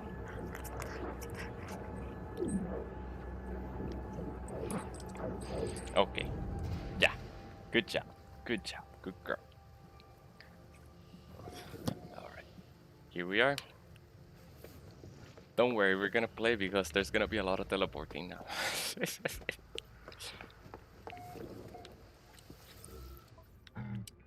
So it's not much, but we do make. Oh, it's quite a bit. Kind of like multiply the money. Now we can also buy fusion cores. Yes. All right. It's only gonna take a couple jumps, and we're gonna be at 30 million units. Then we're gonna be able to buy small inventory ships like this one, and sell their upgrades. Not this one. 15 million units. But shuttles like this, we'll scrap them, get a bunch of storage containers.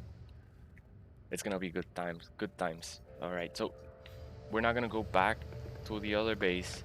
Instead, we're gonna fly up to space. Ooh. Oh, I saw this. I want look at this starship. Wait, before they go away. That's really cool. It's a large inventory fighter with a space shuttle cockpit.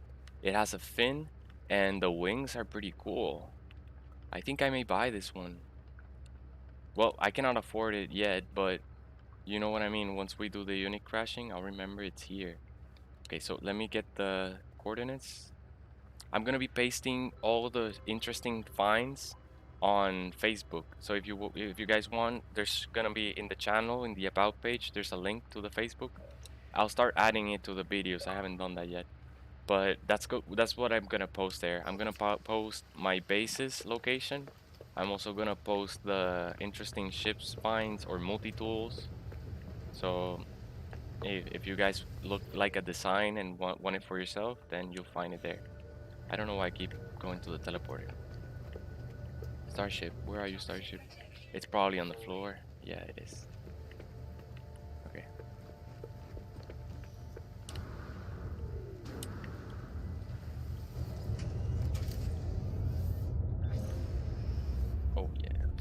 we're using now uranium instead of Starship launch fuel because it's more efficient. It only takes 40 uranium to fill the launch thrusters, and it's very cheap to buy. Um, the Fine Heart says I bought one of those earlier, S-Class with good storage. Nice. It took me an hour of reloading to get it though. Yeah, it does take a bit. What we're gonna do though is we're gonna be scrapping any A-Class or S-Class ship that lands on the space station while we wait for the S-Class fighter to land. That way, by the time the S-Class lands, we'll have a ton of nanites and we'll be able to buy a ton of upgrades for it. At the same time, we should be getting storage upgrade units, and by the time we buy it, we'll also be able to maximize its inventory. So it's how I suggest. Like, there's also if you want to see the details, there's one of the videos. It's called how I get S-Class ships or something like that. But it kind of takes, maybe reloading is faster. Yes, because you get to see 6 ships right away. But I still wanna, at this point, I still wanna make nanites, so I'll do both. And there's no rush because I do want those nanites and storage containers ASAP. You know, especially to upgrade the warp drive because uh, we we ran out of fuel all the time of the warp drive, and it's so annoying too. Because now we can make antimatter, but now we need oxygen and ferrite dust in order to make the antimatter casings. So let's go to the space station, get a bunch of oxygen, and what I'm going to do is just create 20 antimatter housings. Oh, our there we go. So pyrite will be used to replenish your pulse engine. It kind of does the same thing as uranium. It makes it more efficient. So instead of gathering tritium from the asteroids, which takes a long time, I just wherever I find pyrite, I'll buy it and use it as pulse engine fuel. You're not getting my trade commodities, no. But yeah, we'll get enough ferrite dust for all the warp drives.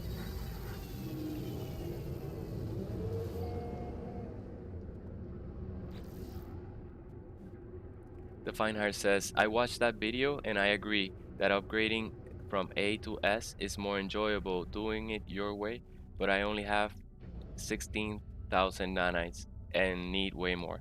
Yes, yes, definitely.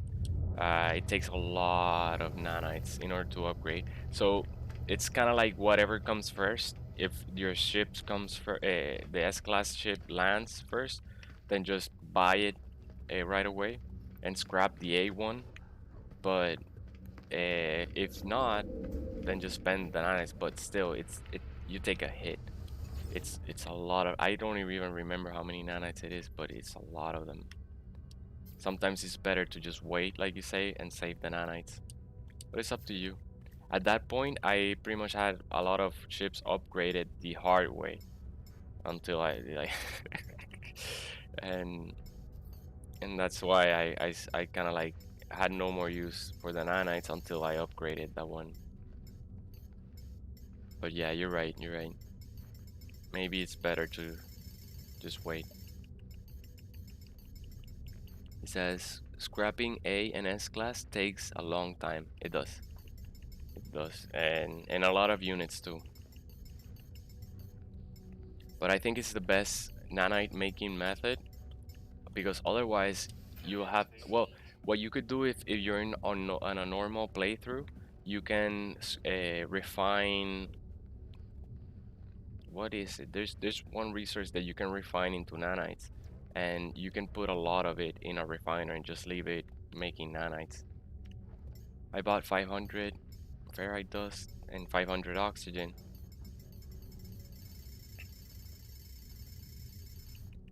That way I can make as many antimatter housing as I need.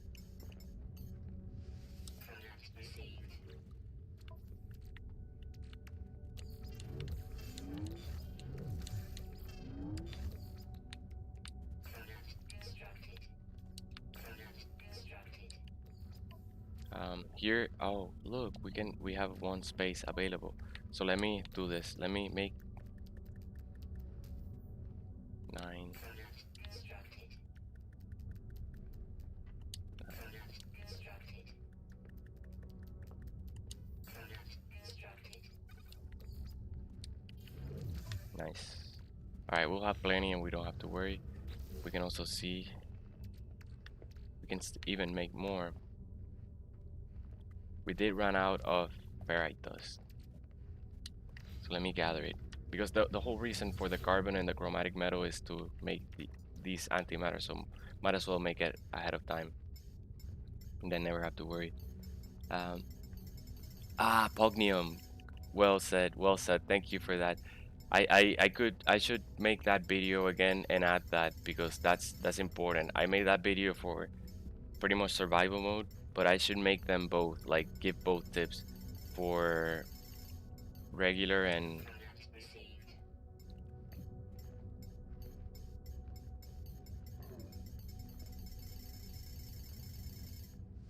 I think that should be enough. As Received. I just want to get done with this. 10 more. Constructed. Beautiful. Constructed. Constructed. Now we don't need more warp cells. We can get rid of this.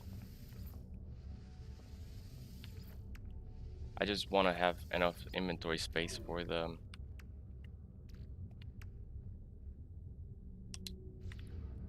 commodities. You can even buy more commodities here too.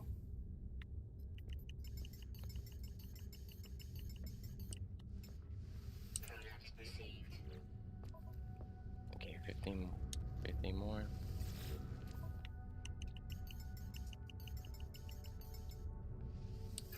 Awesome, let's get out of here.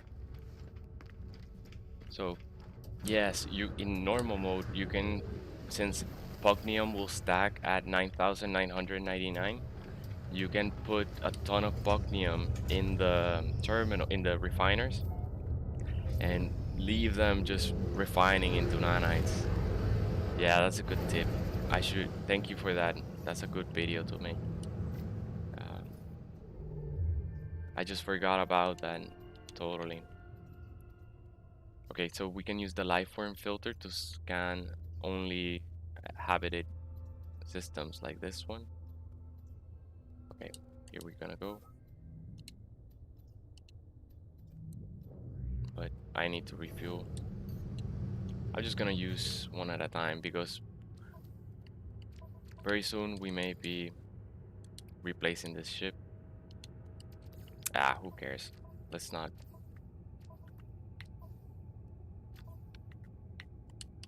There we go. Recharge. Let's sell. Yes, straight route. So now we're in the stage 2 of the unit making method. It's very soon will be economy crashing, and after that is everything is available for purchase. One thing I also want to update about the freighter one, I learned I had another character that I started and I was streaming on Twitch, but I was totally alone. This is way better to have everything on YouTube, because you guys can see me going live and stop by, you know, say hi. Oh look, more scout salvage scrap. That's a good planet. Flat, and it doesn't look like it has storms. It's a wealthy economy. Let's see how many planets. Only 2, so we're good. I'm gonna stop in the space station so that I can upgrade my exosuit. I'm not gonna be looking for trade stations. Let me see how much we sell for it.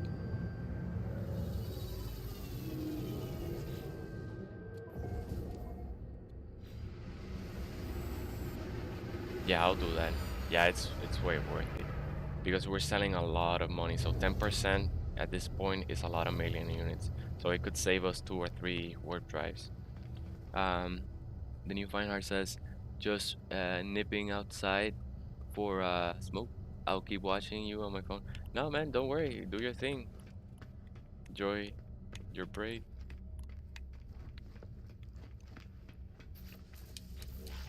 You're welcome anytime. So we're gonna keep upgrading our inventory because that'll let us have even more trade commodities. So let's go back to our spaceship. Oh wait, let me check the weapon. Nope, as ugly as can be. Yeah, I want some storage upgrade units.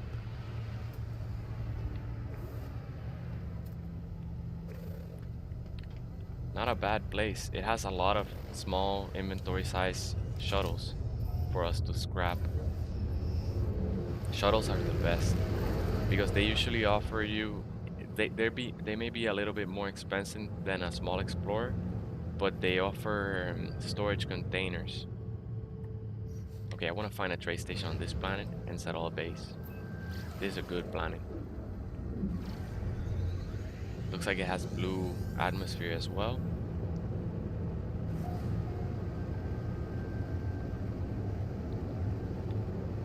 It has craters. I like it. Already liking it. It's nice and flat, so we'll be able to hunt for buried technology here. At the same time, we'll be getting salvage containers and making twice the profit. Has nice mountains like that, nice peaks. Very cool. Oh, so we have discovered it. Let us just find a trade station.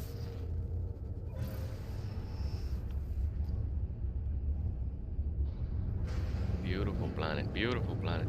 This area is very interesting. So another thing I learned is that the galaxies have regions, and regions share common characteristics. So we found two planets on the other star system that had blue atmospheres.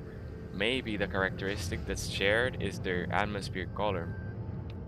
And this one also has blue atmosphere, so we should keep looking.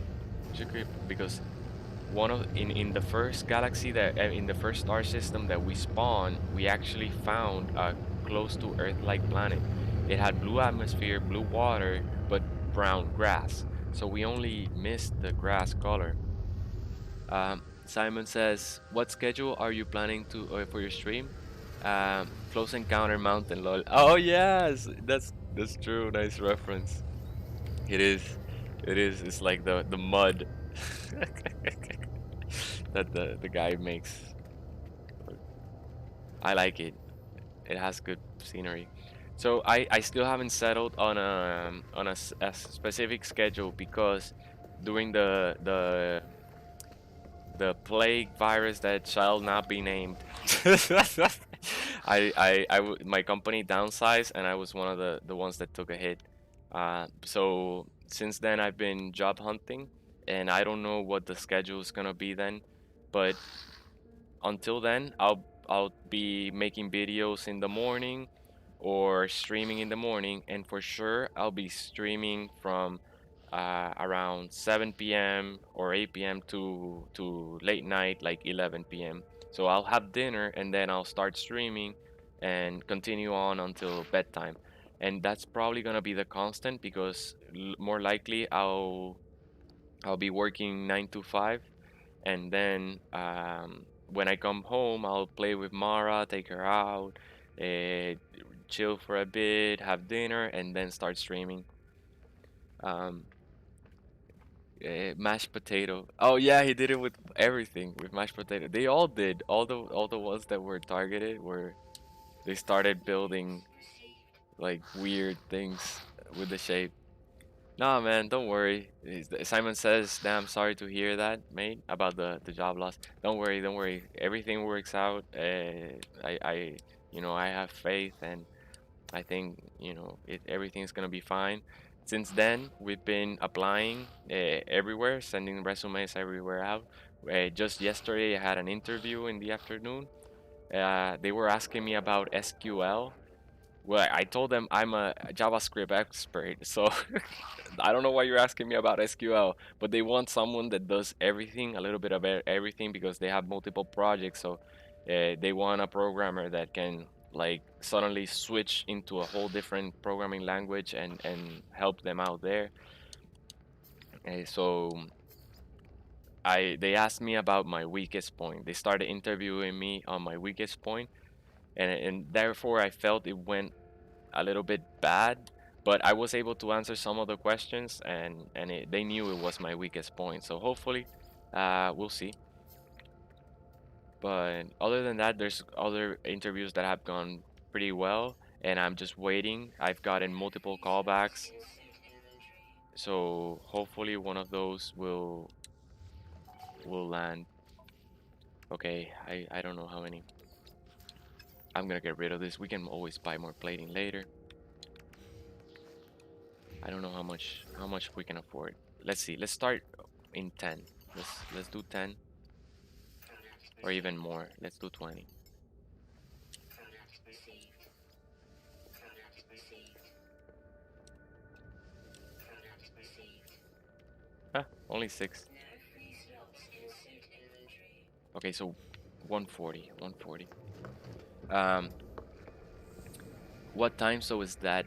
I'm in the UK. Oh yes, I'm in the East Coast of the United States, so Eastern time. Thank you. That I'm like everyone lives in my own time zone.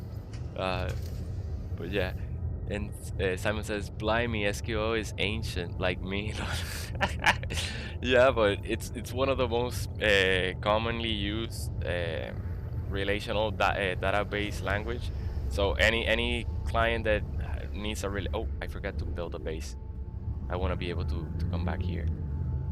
Any client that has legacy systems or even new systems are created with SQL because it's one of the most popular and accessible relational database language. But my favorite is MongoDB and Node.js, because that way I can write JavaScript from front end to back end and not have to worry about like this having 3 languages in order to create one single project, one programming language, and you have all your projects available.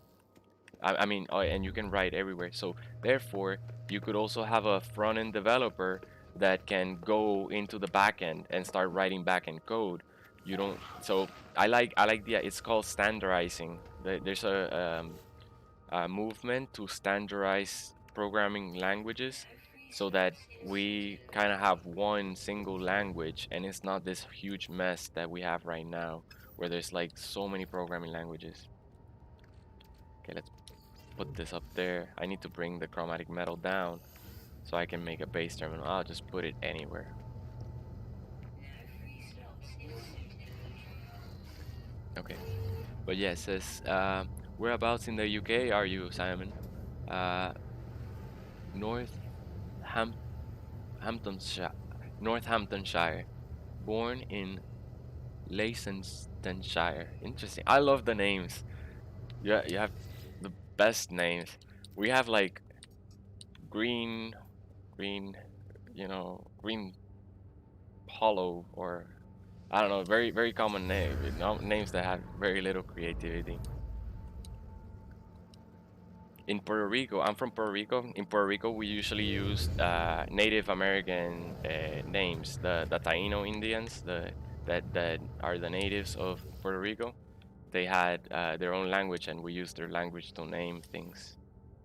So let's call this prospecting. I use a naming convention that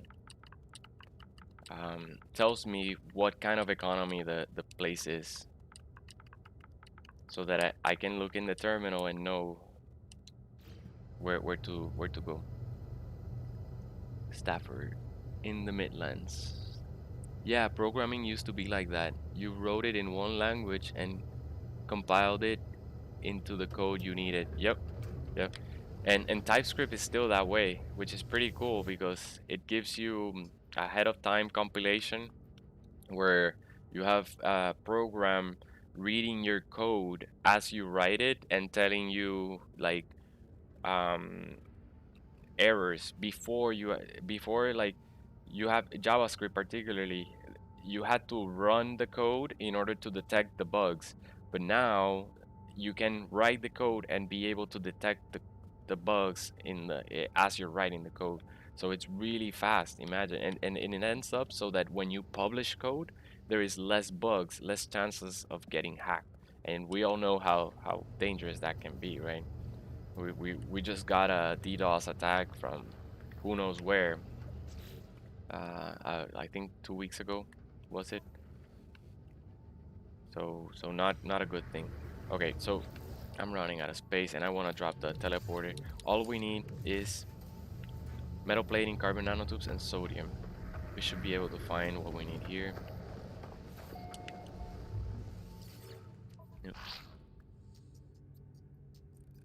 Leicestershire. Okay, Leicestershire. Yeah, I pronounced it. I butchered it. I'm sorry. Pronouns received. It made error correcting other people's work so much easier. Yep. Oh my God. That was my last job.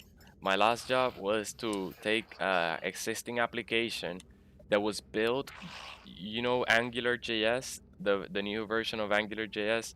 It was built as soon as it changed from Angular 1 to Angular 2, and that period of time for Angular was very I would say volatile. It was changing drastically, and it was built using old methodology, old ways of programming, but with the new technology. And I had to totally reinvent the existing project. They were like, "Here is this spaghetti mess. Make it modern." And I was like, "Dude, this is better to just trash it and then let's start it over again because it's gonna take so much time to untangle this and rebuild it that no, no, no, no, no. I did it. I did it. I untangled that spaghetti and made it work. So now we need carbon nanotubes. I'm gonna get some oxygen. No free slots in suit inventory. Let's get a bit. Sorry for this. When we have inventory space, this is not gonna be an issue. I just forget. What I'm gonna do is put a refiner real quick. Let's put it here. Technology recharge. There we go. That should give us all the carbon nanotubes. Um, yep. So I'm liking where programming is going these days. It's becoming standardized. It's easier to debug, easier to write, uh, documentation online. So if anyone is interested, I suggest that it's a great industry to get in because it's a brand new industry that just you know came up in the last few decades. I hate having so little inventory. I'm not gonna lose 250,000. Let's lose the signal booster. So it's booming, and in just a matter of time, just a short amount of. Why couldn't I build two?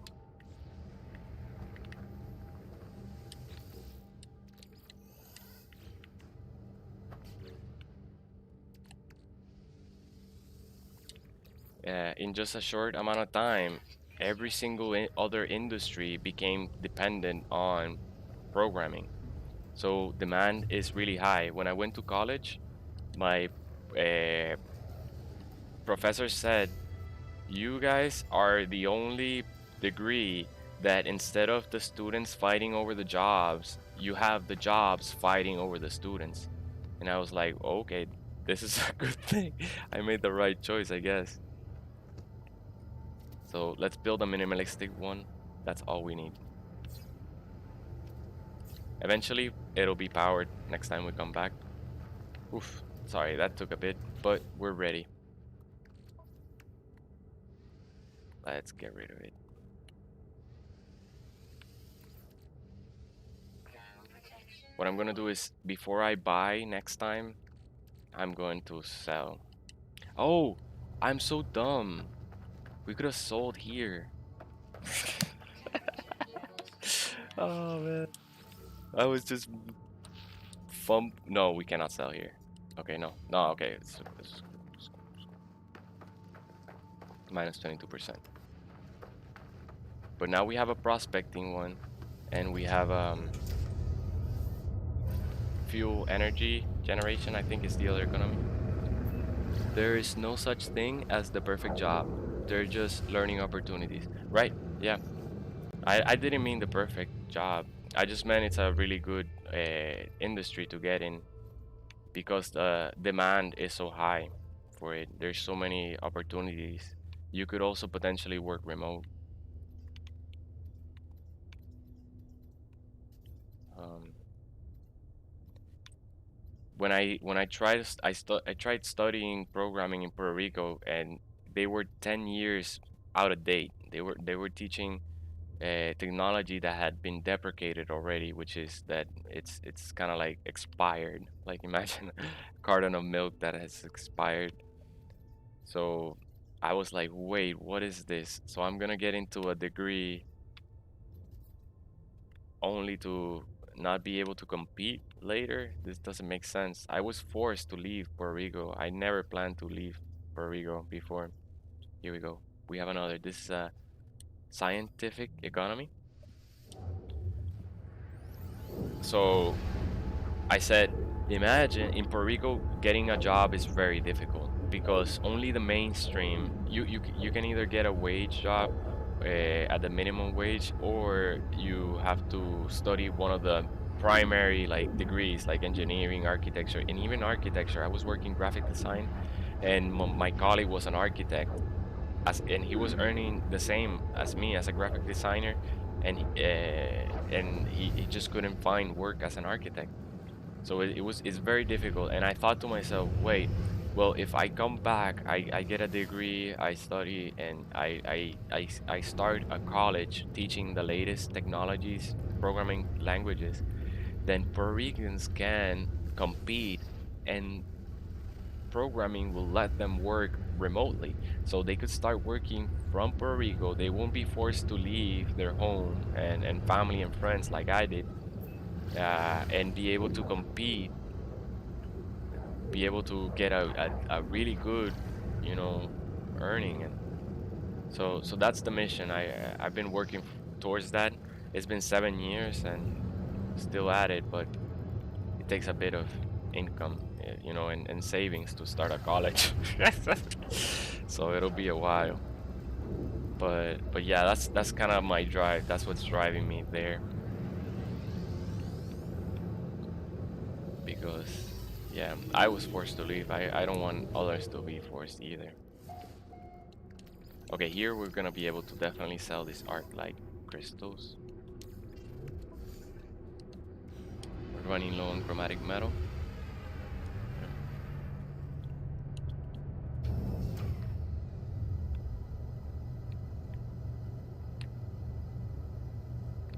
That's one of the things that made me passionate about it.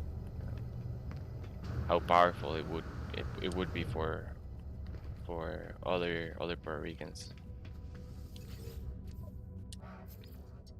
So here we're boom. We're already at 10 million, and we've only done a couple of jumps. I shouldn't have sold here, but whatever. We did it. Wait, let me see. Carbon nanotubes. Yes. Sodium. I'm gonna get 250. Metal plating. Chromatic metal. Oh, they have magnetized ferrite.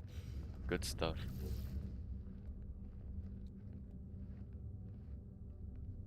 We're not running low, but what I'll do is I'll name this space station Mag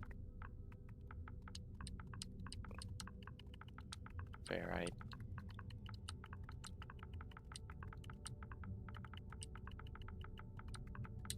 That way when I see the teleporter, I can teleport directly here and buy the magnetized ferrite.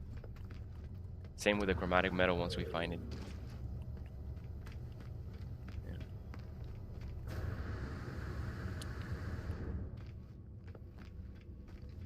Is that an Ethernet?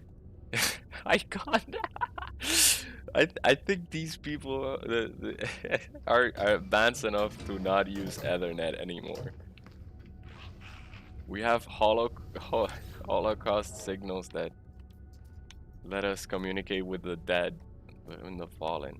Oh, and they have pure ferrite too. This is a really good star system. No chromatic metal though.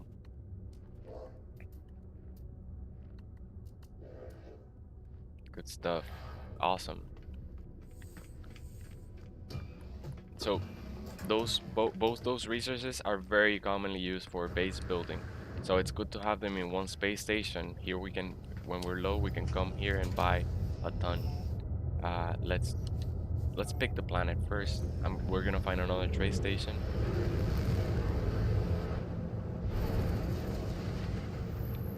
We can, once we upgrade, we'll become pirates before we get too much faction, and we'll shoot these things down. Because look. It's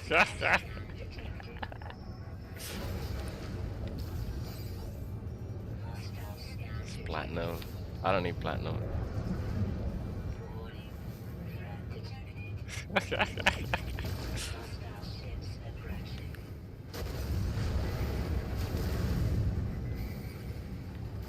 They give you a lot of it.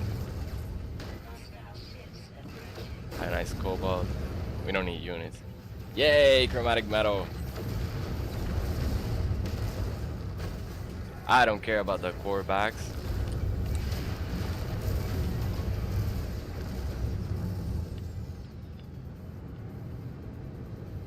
The Korvax spy on us. They're not really the best guy. And then relay everything back to the Atlas.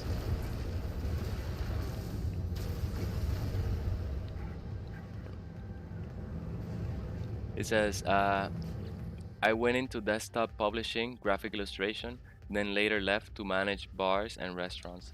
Nice, man. That's good. That's good.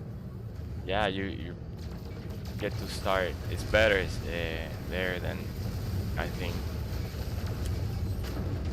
you're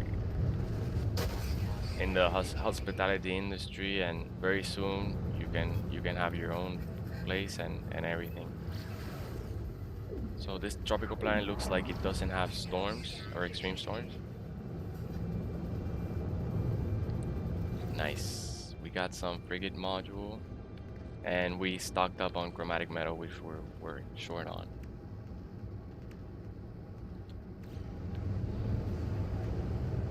Green grass, but yeah, we get. Oh, look, doesn't look that bad. Only the ocean is yellow, orange. Ugh. You see, this region of space is pretty interesting. We get pretty cool planets. Trading post detected. Yeah. I went into fine art and graphic design, and then ended up as a gardener. Strange how life takes you in a different direction. It is. It is. I started in political science. So imagine. I did graphic design, and it wasn't. I struggled as a graphic designer. I wasn't good at it. So I said, like, I'm not gonna stay in an industry where I have to work really hard just to be, average. I'm gonna do something that I'm actually good at. And on the side, I was programming, I was playing World of Warcraft at the time, and I built a website for a guild. I started a guild and built a website.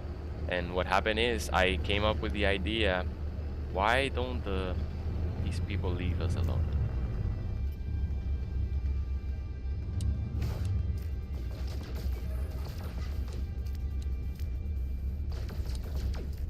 Just leave me be.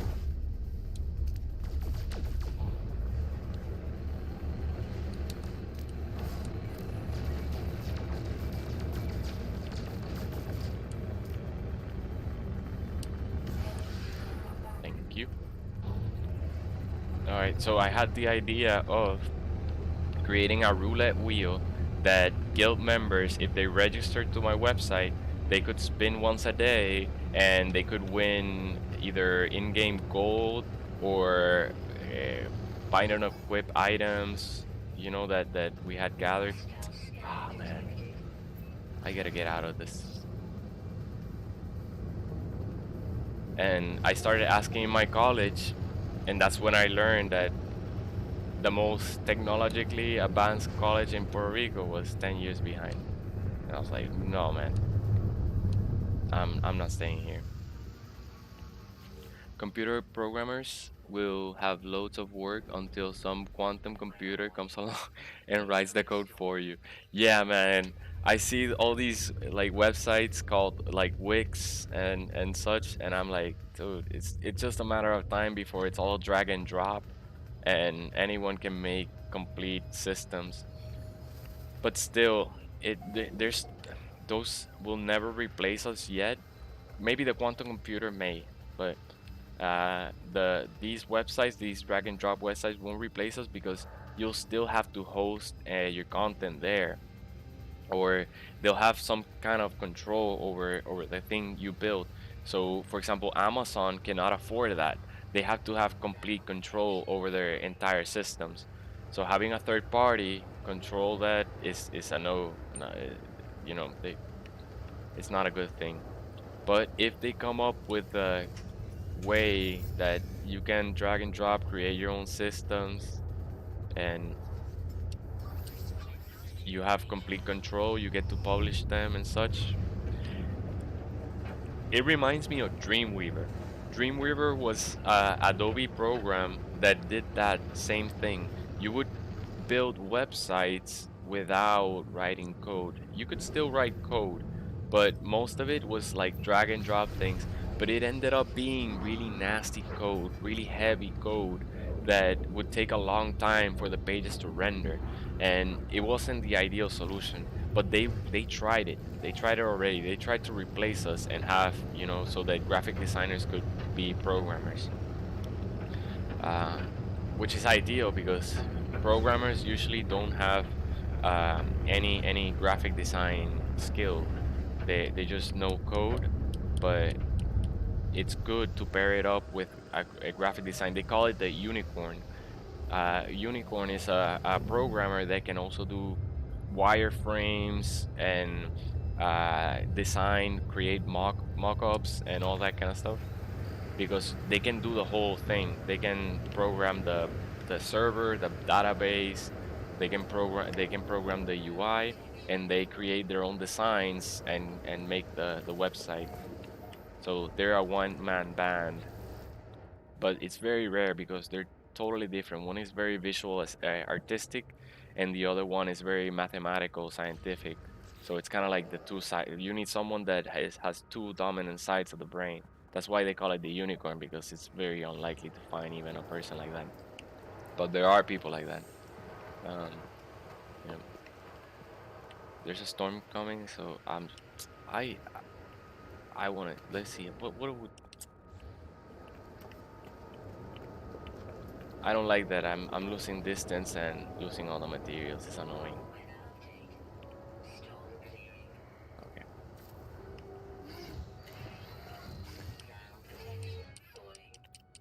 Quick, quick, quick.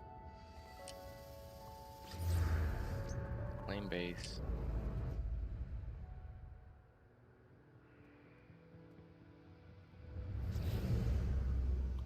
And we're going to Drop a teleporter. Nice, we already have the resources.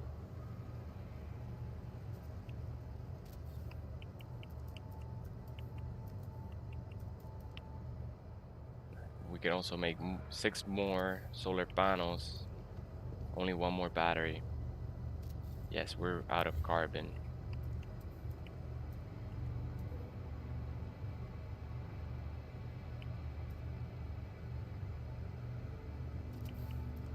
Alright, let's see. Maybe this is enough to start the wiring loom.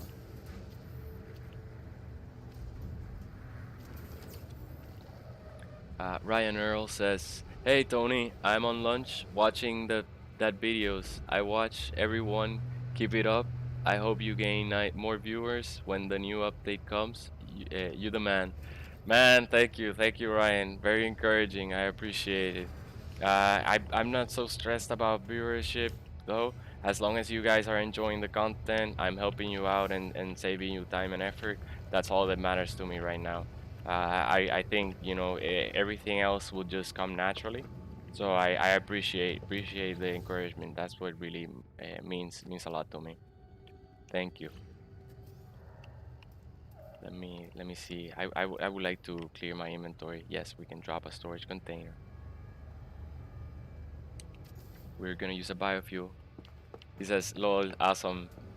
Thank you, man. Glad you're enjoying them. If you have any requests for a video, just feel free to ask anytime, and we'll make a video for you, answer your questions, and you know, it's why is this oxygen so expensive for it? Never mind. All right. So I'm getting oxygen because we need to get biofuel reactor.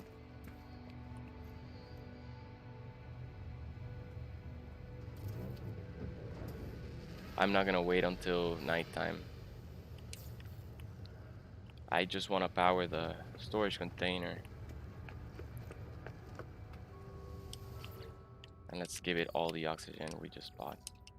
Perfect, we got 6 minutes of it.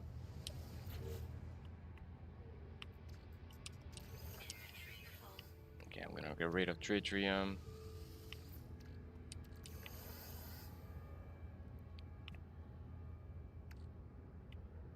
Now we'll need this for more storage containers and more teleporters. There we go. Storage augmentation unit. What do we have here? This is salvage data. What else? Let's keep the chromatic metal. This is what we need to make condensed carbon. Okay. For that, we'll need the hydrogen jelly.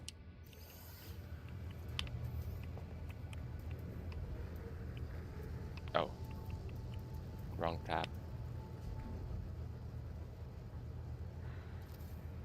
Okay. Definitely keep it up, bro. Thanks, man. Will do. You guys have been so encouraging that I got pumped, and here we are. We're gonna keep making videos for you guys. So even if we have a little bit of carbon, I mean condensed carbon, we can multiply it by 6 with oxygen, so it's gonna be worth it here. Ryan says, I just got a few friends to get the game. I will tell them to subscribe. Thanks again. Peace out and stay safe.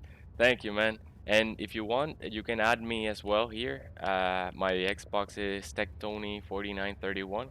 You guys are always welcome to just play with me and join.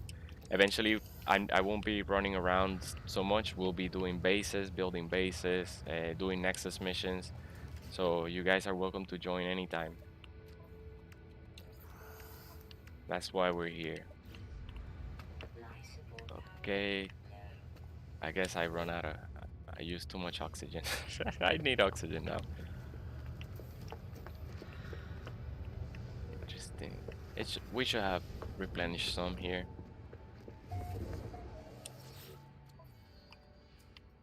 Yeah. Alright, that's plenty of oxygen. So we won't run out of condensed carbon anytime soon now. Let's go and make a bunch of it.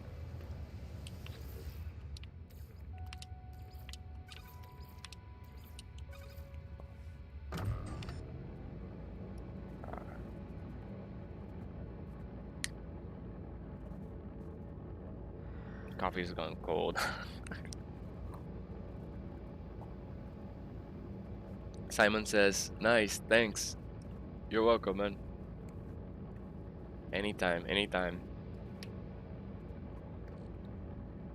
This is for you guys. So you guys are the boss. Just request and it shall be given. You want to do base building, you want to I don't know. Oh, also every time I find discoveries, I'll post them on Facebook with the coordinates. Oh, sorry, Mara. So that you guys can find the blueprint, so you can like find different types of ships there, and if you like anyone, just use a portal and go and find the one you want. Simon, stick with Tony. He's going to blow up, bro. He the man. Man, you guys are the best, man. How long have you been playing No Man's Sky? Well, I started a little bit before the pandemic. So I was playing by myself and pretty much spent 200 hours of game time uh, on survival mode. I had played a bit of normal mode before, but I said like I just want to play normal mode until I get familiar with the game, and then I'll jump into survival, and I kind of stay there.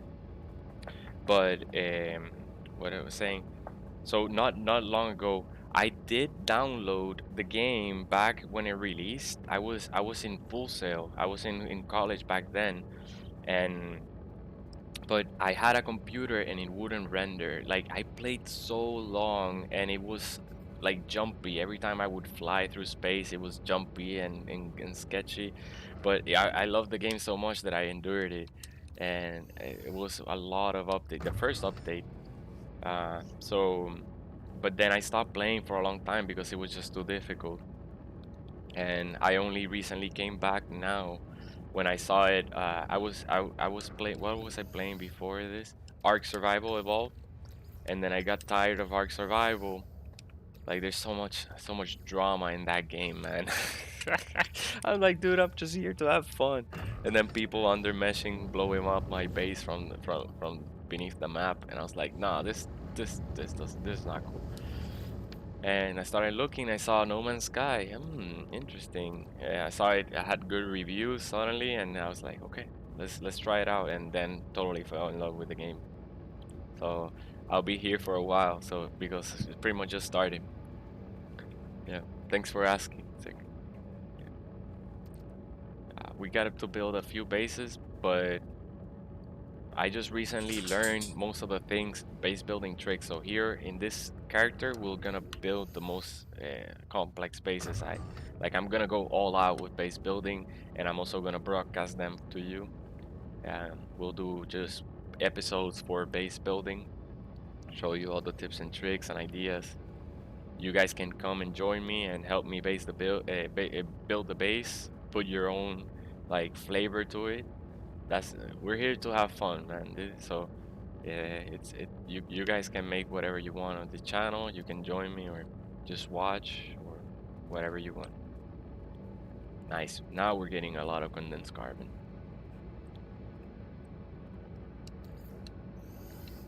Let's see how much we have so far. Good stuff. Good stuff.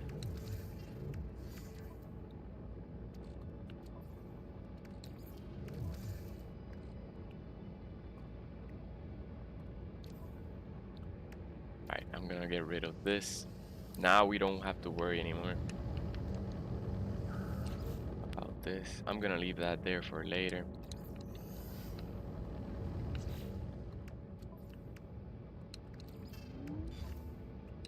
Let's see if we can use this. Yep.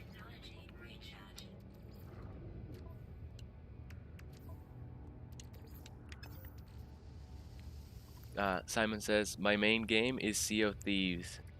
I was looking at Sea of Thieves. It has really good reviews, and it's kind of like if I'm not mistaken, it's similar to the creators of Ark, maybe. But I still haven't tried it. I almost downloaded it recently to just play on my off time. So I'm sure it's a great game. I see like it's really positive, and it's also really popular on streaming. Like Twitch was really popular, but I'm done with Twitch. I was there and streaming, and I was alone for days and days and days, and I was like, and here you guys are since day one. You've been coming by, saying hi, showing your support. So I'm sticking to YouTube. Yeah. Not tried Sea of Thieves. Is there base building? Asked Feinhardt. Okay, let's now buy the commodities and head towards our next destination. And now we shouldn't be worried about running low on supplies in order to drop more bases. Let's drop 100. I want to get a count. Okay, 120 is what we can afford.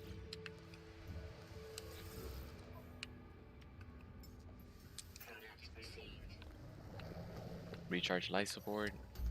Technology recharge. Simon says it's awesome. Yeah, yep, I believe it.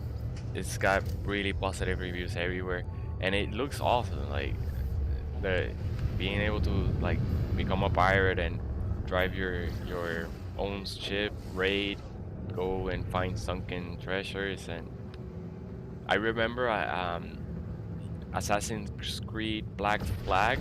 I've never been a fan of the Assassin's Creed, but Black Flag was amazing to me just because of the pirate ship and being able to explore new islands and find buried treasure. And that I see how that can be like. I could just spend hours and hours and hours. And so you say there is base building? No base building in Sea of Thieves. Okay, it's kind of like a pirate ship, right? That's kind of like your base, but there's no like placing of things and structures and like that.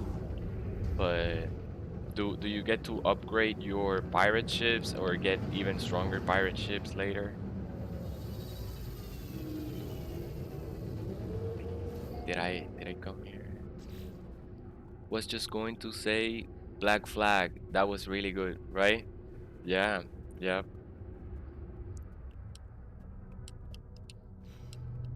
Yeah, I did like Black Flag. It was my dad that bought that game, and I was like, wow, this is good. Great buy. My dad usually doesn't buy games like that, so it was interesting. Yeah, I had forgotten to come here and upgrade my exosuit. So since we're warp driving and we're earning a profit with each warp, we can definitely afford upgrading our exosuit, even if it gets expensive. It's tough game solo, but comes into its own when you have a crew. I can see that. It's like every person has to operates a different part of the ship, right? They like someone like operates the sail, one operates the mastiff. So like it takes teamwork to control the vessel. It's not. Simon says no upgrades, just pick a ship from the outset, uh, outset depending on your crew size. Okay, interesting. Okay, so if I'm solo, I'm gonna be on a small ship, and I'm gonna get raided. But that makes sense because I couldn't operate a large ship by myself, right? It's gonna be very difficult.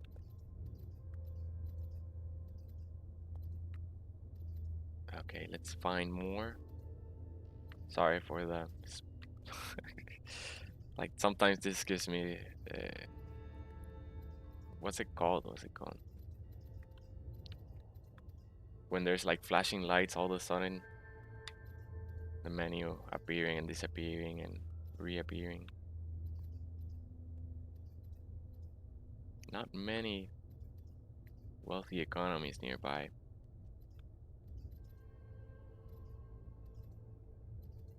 Okay, we're gonna have to settle for a medium economy.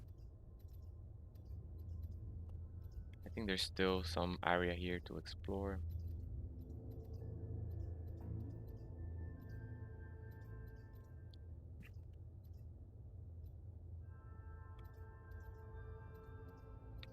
Let's check above.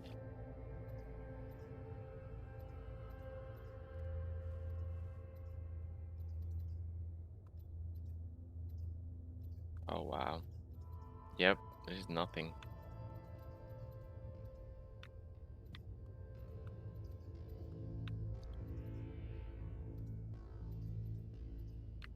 Alright, medium economy it is. Here we go. Strobe, yeah. Yeah, but what's the effect that it causes? Like, a seizure, a seizure. Sometimes I'm like, dude, all the stars in the panel appearing and disappearing. Uh, so I'm sorry, like, warning. Yeah. But yeah, the strobe reminded me of the effect.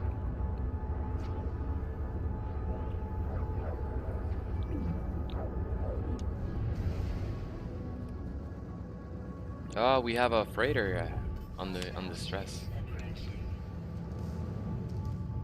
It's pretty cool. It's a blue and white freighter. I don't care about the size at this point. Let's see if it's a good one. Wait, one thing we can do, which I failed to mention on my previous video, you can land on a space station, create an autosave, and that way you can just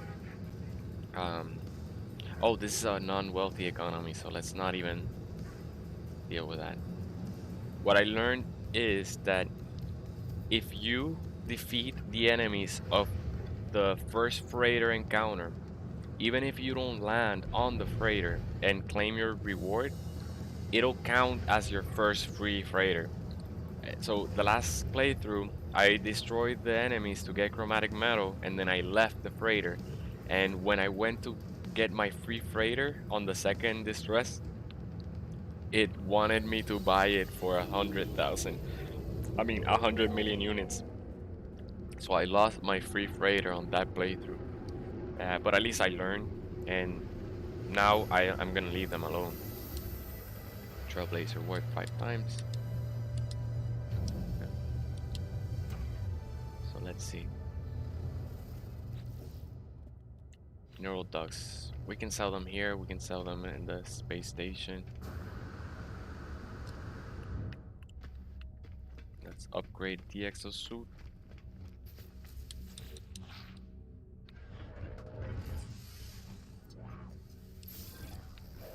Check the weapon. Ooh. Close. A B1. Alright, let's see if you have a warp drive. Warp drive. Nope. How much? It doesn't tell us the efficiency. It's very cheap though. It's very, very cheap. How much nanites we have? I'm not even gonna bother now. C-class. Probably gonna be like 25% efficiency.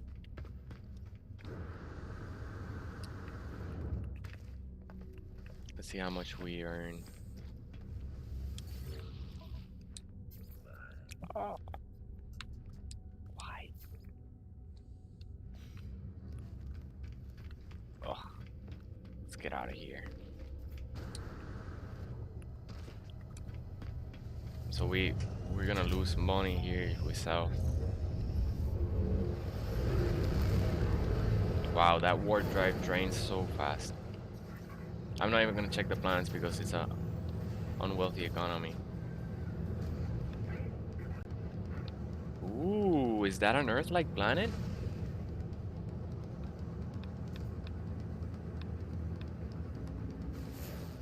I almost didn't check the planets. It is. Ah, but it has extreme weather.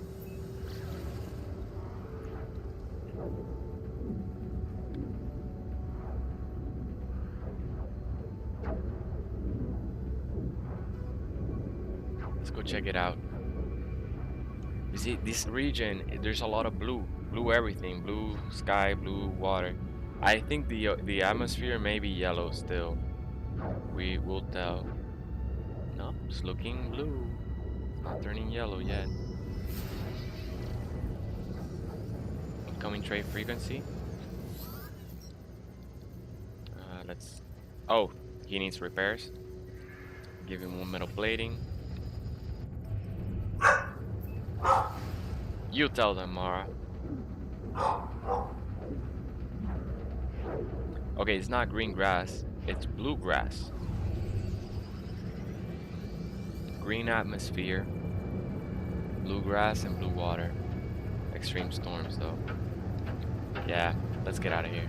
There's no point.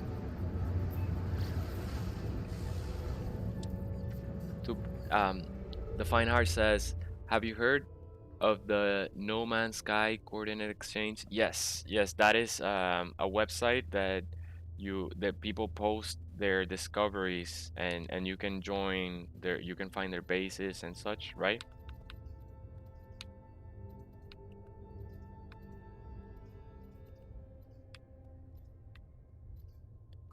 I haven't used it much myself, but I mean, I haven't used it at all yet.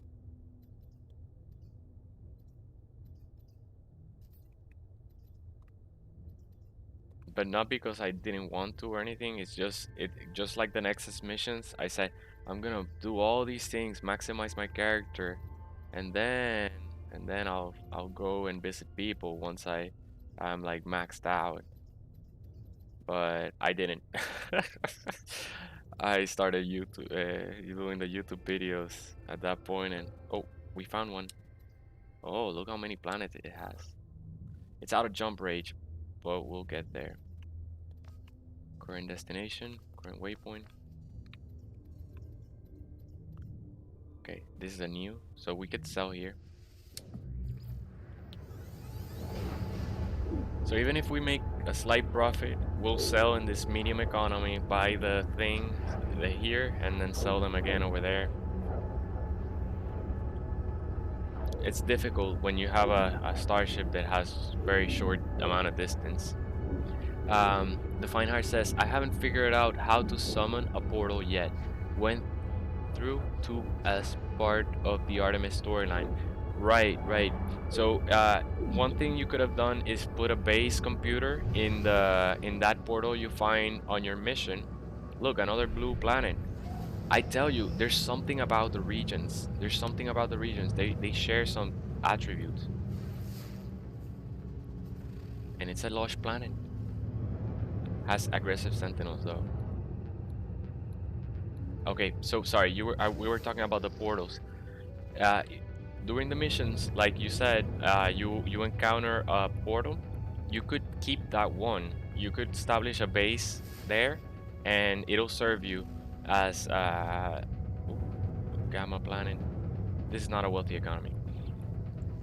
It could serve you as the portal for the Euclid galaxy. So portals will let you travel anywhere within your within your own galaxy. So if I have a base in Acetam, for example, you wouldn't be able to teleport directly to it. So that's one way it works.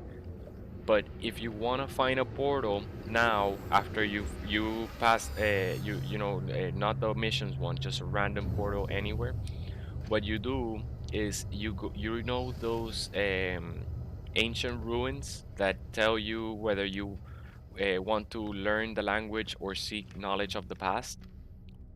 So what you do is you ask it for whatever, and then engage with it a second time after it gives you either the language or whatnot.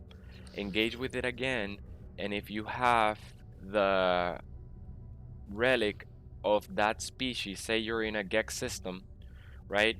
The Gek has or let's say the Viking. Viking has the Viking effigy, which is the relic that you gift to Vikings in order to increase their faction. But there's also another relic that's the Viking dagger. So if you have one Viking dagger and you're in a Viking system, you can give that ancient ruin a Viking dagger and it'll give you the waypoint for an ancient portal. So that's how I suggest you find a portal. You can find it anywhere in any system. Some systems don't have portals, but you can check. You can check in the ancient ruin. This one has chromatic metal. All right. We barely made a profit. I'm gonna get some chromatic metal.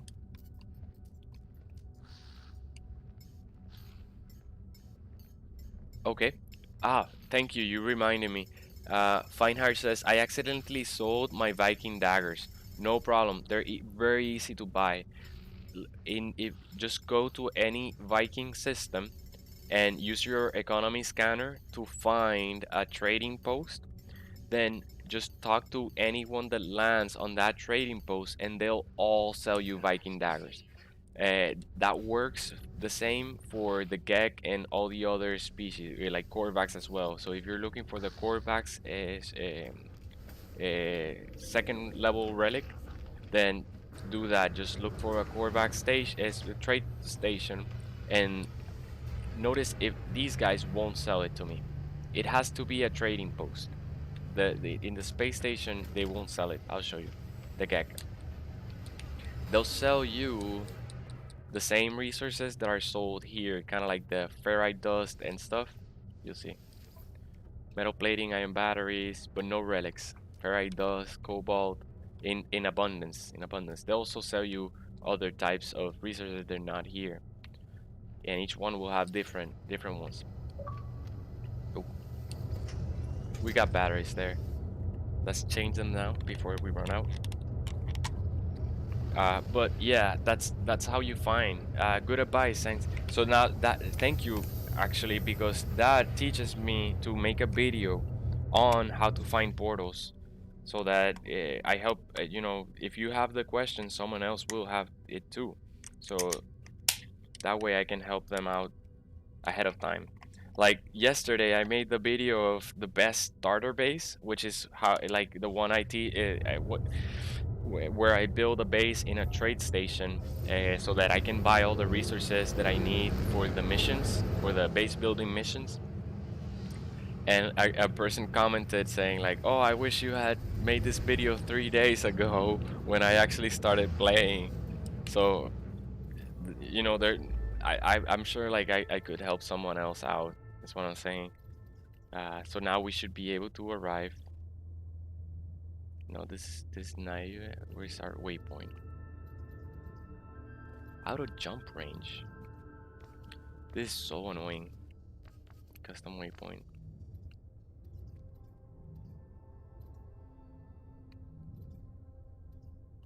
So annoying to not have any warp distance. Oh, look, another one. It's just barely out of jump distance. Oh well. Luckily, we have enough warp cells, so we'll make it. We'll make it there, and we'll earn a little bit of profit on the way. I forgot to upgrade my exosuit as well.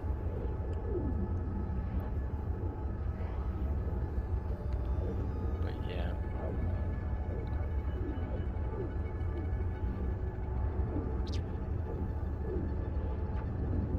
Mara's here, laying at my feet, getting pets. Good job, good girl. Look, another blue planet.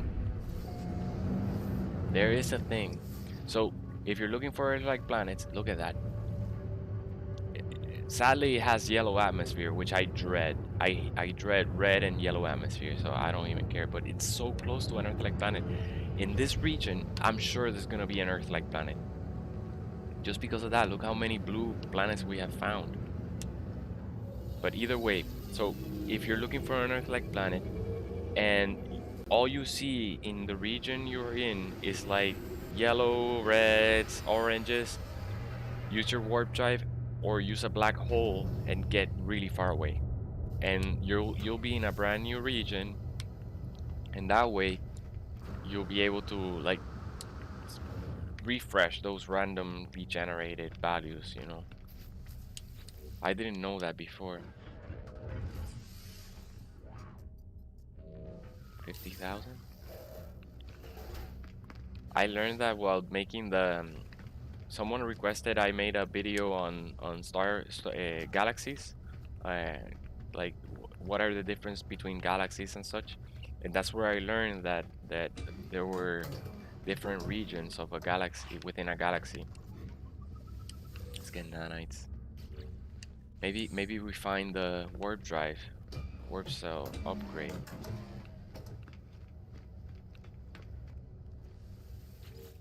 Come on, Viking, sell me a warp cell.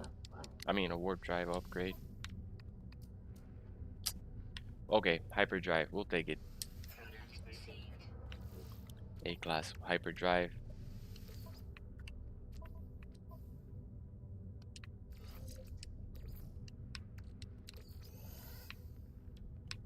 Man. Ah, look, it's not S-class, but it does give us the efficiency, and it gives us way more distance than we had before now.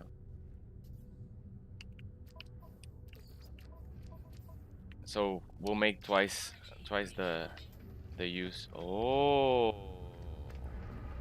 look at that. It's huge though. It's like the longest cabin. Look how far the cabin is away from the but it looks pretty cool. It's hard to see though.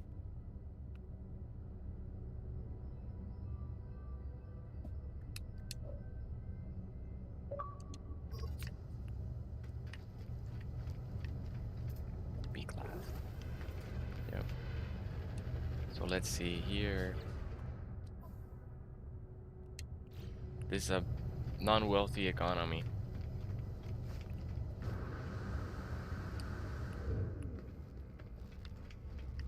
A medium economy. So I'm not even gonna bother looking for a trade station because I'm not gonna settle a base. Let's buy holographic crankshaft. Received.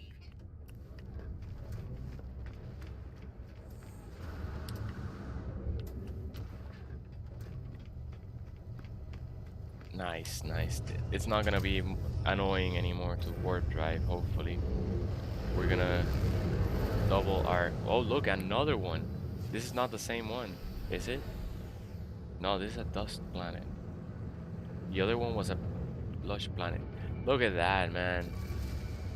That's green grass and blue water. So close to Earth-like planet. That is. There's another planet behind this one. Let's check it out. If it's Earth-like, I don't care if it's in a medium economy. Nope, that's as far from an Earth-like planet as we can get. Yeah, only 3 planets. Okay, here's the wealthy. Where's our waypoint?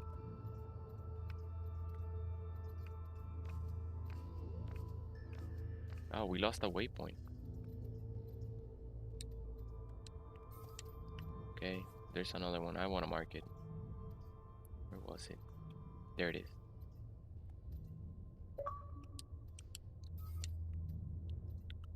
This is... Oh, they both fuel generation. So I'll pick the Corvax one because it has water. So more likely... Oh, and it has 6 planets. So maybe we find an Earth-like planet on this one. And it would be a wealthy economy.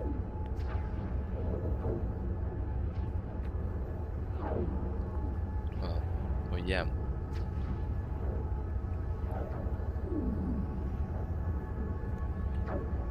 Let's keep looking for upgrades for our warp drive.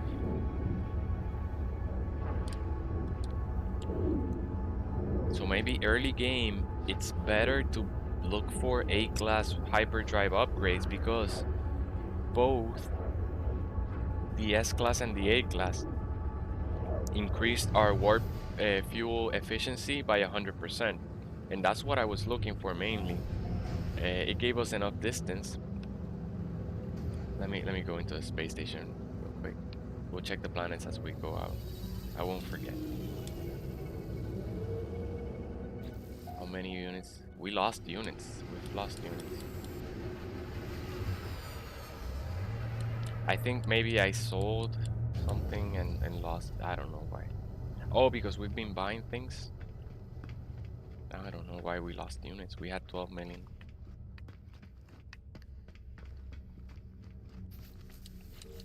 Here we go. More.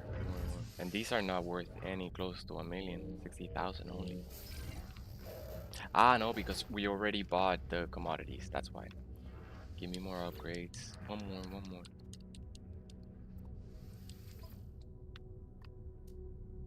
Yes. Yes. That's good enough.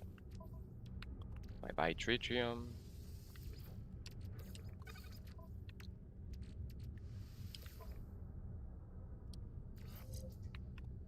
Nice. Now we have 200% efficiency. This one gave us 200 light years.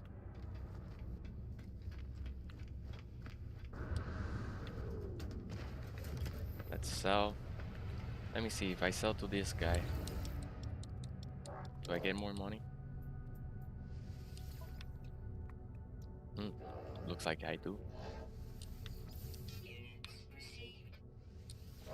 This is a wealthy fuel. Let me see what I have discovered so far. So I have a base here.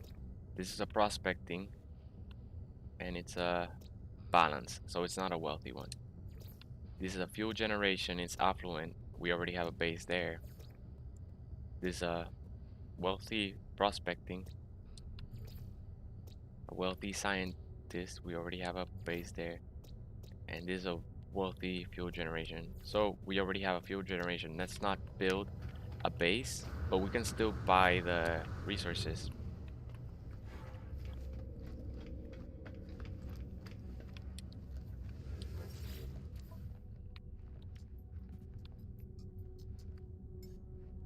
Wow. We'll make a profit. Oh. Okay, let's see. Oh, it has a lot of.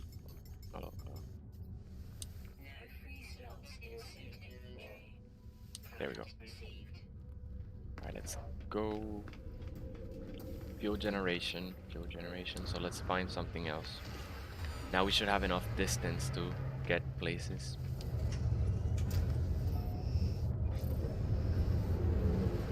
Let's look at the planets.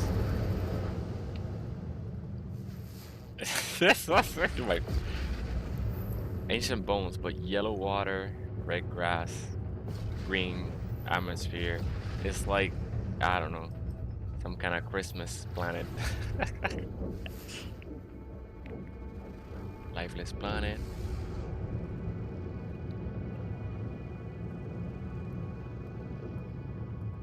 Looks like purple atmosphere, blue water, and it's a poisonous planet.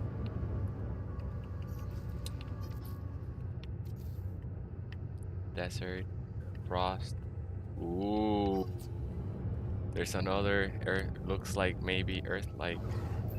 There's something about the regions. Look at that. Tropical planet, no storms. Let's check. I didn't notice the grass color. Well, the grass may be green or maybe blue. I cannot tell. Let's check it out.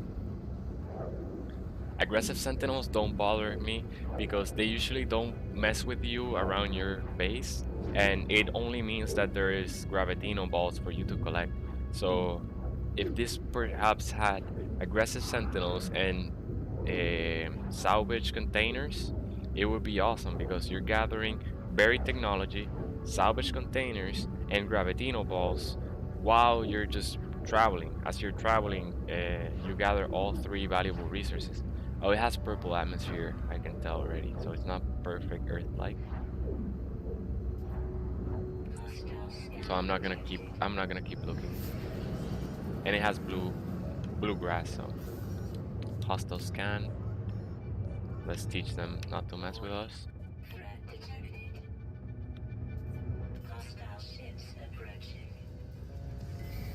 Doesn't look that bad, that yellow and red.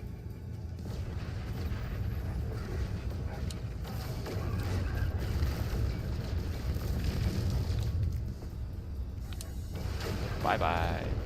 One more? Where are you? Oh, it's only one ship.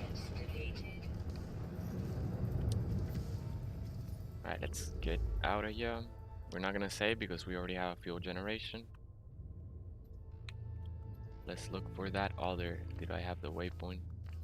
Nope. I guess it resets. Maybe.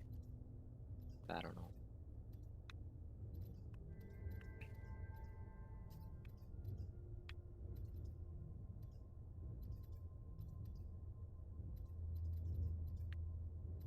Come on, 3 stars.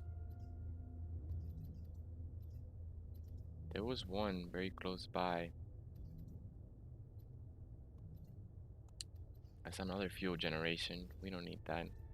We're not gonna be able to sell there.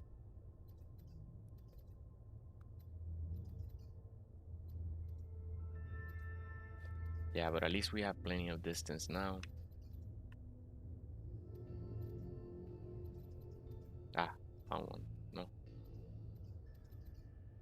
No. This is what I mean. Kind of gives you a seizure.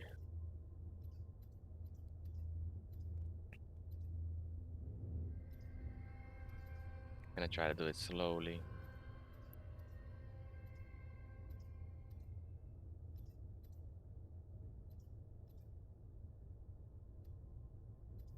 That's a big difference in light distance, light year distance.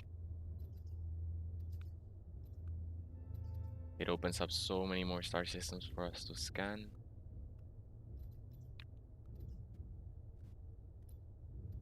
Here we go. Nice. We found engineering economy. It has water, 2 planets, 2 moons. One of the planets has both moons, so it's pretty cool. If I find one lush planet, any color really, but ideally Earth-like planet, that has 2 moons, and one is gray and another one is red, it's Nirn, the Tamriel universe, the universe of Elder Scrolls, because it would be that. It would be like an Earth-like planet with two moons. I also keep an eye out for frost-like planets with extreme sentinels and salvage containers, because that would be hot, or like it should also have extreme weather, like the Star Wars planet. Okay, let's see. This is one of the moons. A bleak moon. Pretty close. Pretty close. Blue atmosphere, green water. But it's not a lush. It's a radiated planet, so it's Tamriel after they invented nuclear weapons and blew each other up.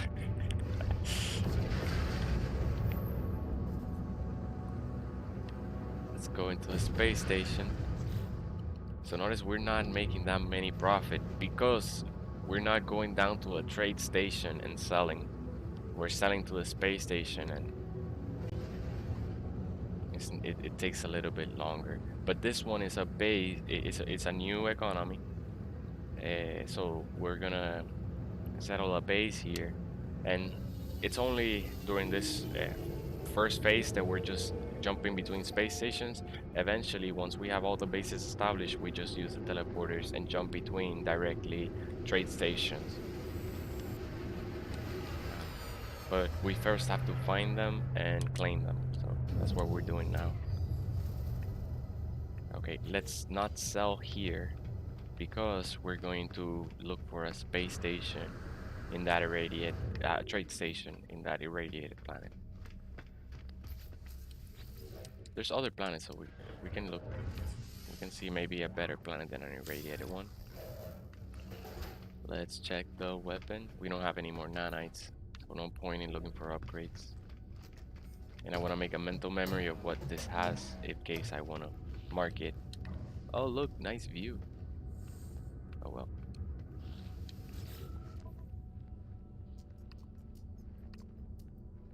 Platinum. Platinum is, oh nice. Platinum and silver.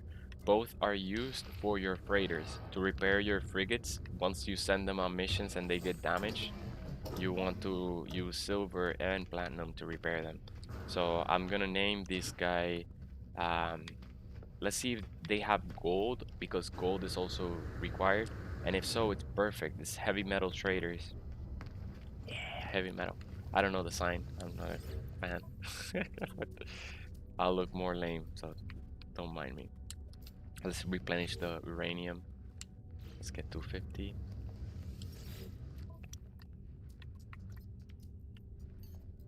They have uranium as well, so it's really cool. But I'll just say platinum traders. Product received.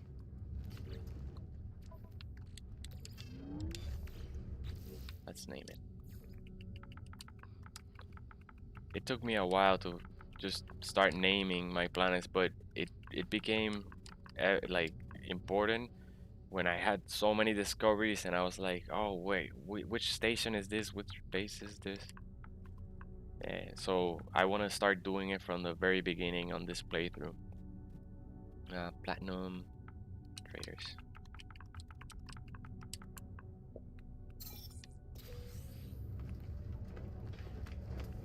Let's find a trade station. Sorry. Feinhardt says, I scanned a planet last night and it said there were no trade posts. But when I landed, there was 2 trade posts next to each other. Wow, that's really odd. I never seen that happen. That's lame. So I'll thanks for telling me. I'll note if I do like this and I don't see any trade station. Oh wait, Bleak Moon, Cactus. Excuse me. Then I'll try landing. This is a nice irradiated planet, so we could. Oh, it has activated cop. Activated means it's an extreme temperature. Let's get a little bit away from the space station before they show up. Enemy showing up. Oh, it's a freighter distress signal. Let's avoid it. Okay, I'm looking for more planets. Okay, here.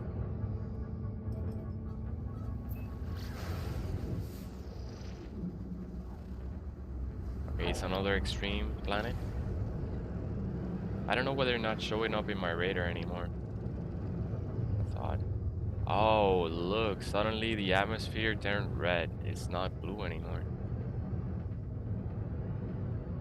Alright, I'm gonna settle on this moon because I don't see the other moon. And oh, it's also red atmosphere.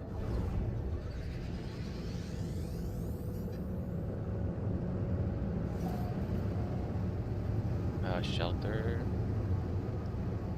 I'm gonna land on this shelter. No, I'm not. No. I was gonna get the buried technology. Usually shelters always have buried technology, but I don't have inventory space right now for that. So let's land, discover. Dry gust. No storms.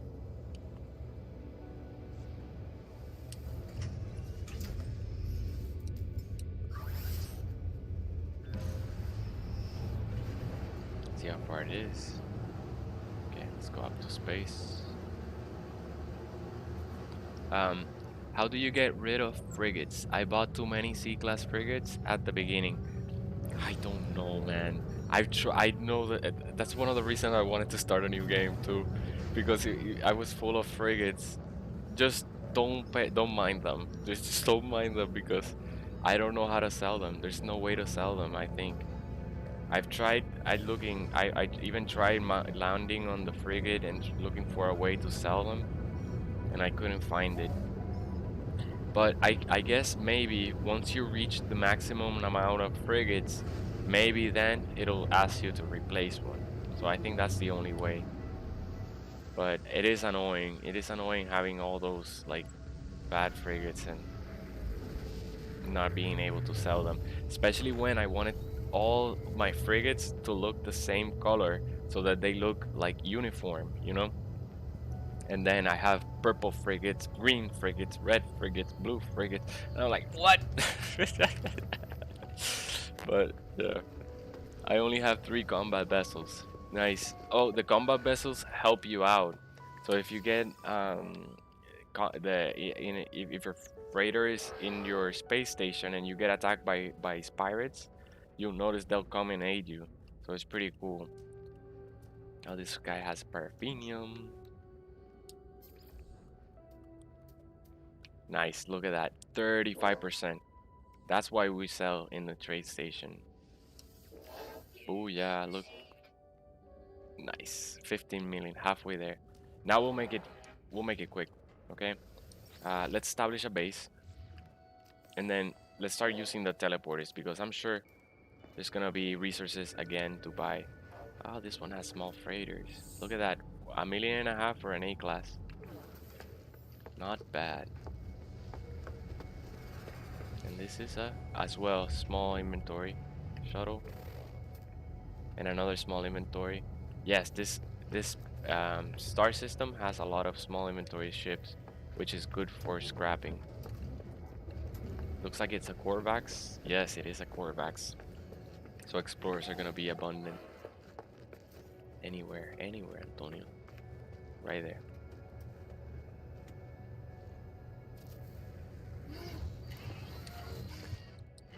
Searching cartographic archives. Let's claim a base.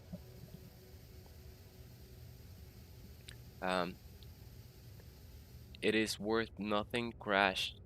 Starships. Sorry. I didn't understand. Oh wait. Is it worth nothing? Crash. Starship sites. They are worth, but only because they are free. But I think that once you break the economy and you have so many units, it's better to just buy them from them because they're literally just coming directly to you and landing in front of you. And I also suggest buying them in the space station because you have the scrap terminal right there available. You don't have to fly up to space and reach your terminal. Let me see what economy this was. Manufacturing. So that's why I don't run around looking for crash ships, because after you economy crash, it's so easy to buy them at 1.5 million. But you could look for crash ships that are S-class already. People that have found crash ships that are S-class, you can just claim it right away and not pay any units. Especially if you find a shuttle. S-class shuttles are like 200,000 units. You could also find crashed alien ships. People have posted the coordinates for crashed alien ships. Although there's a process that I'm not familiar with of how to actually make the alien render for you as alien. I mean the ship render as alien. Because I think if you don't have a void egg with you, then the ship renders as just a random other ship. Um,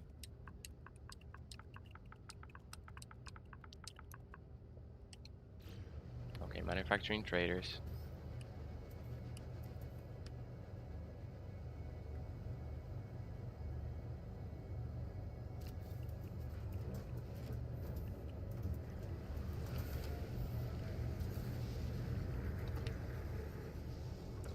Nice.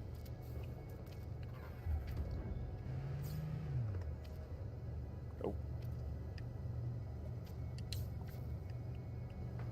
Good stuff. Good stuff. Let's now buy all the commodities.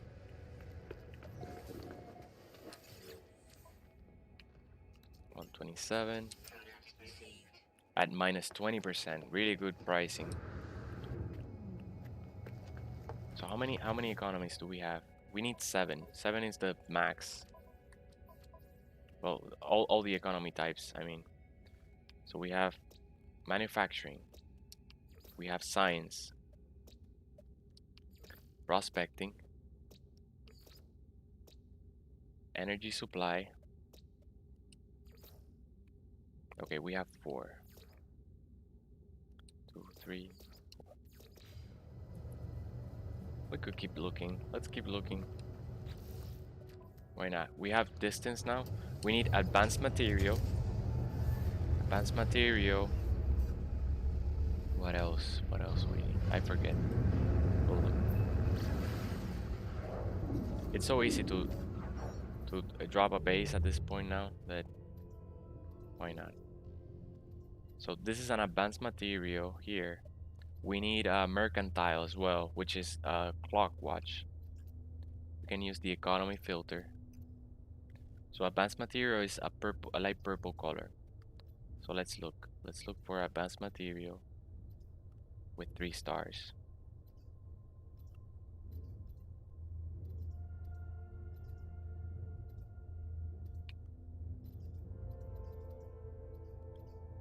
Prospecting 3 stars. Oh, this is nanotechnology. So light blue is also. What do we find? Nope.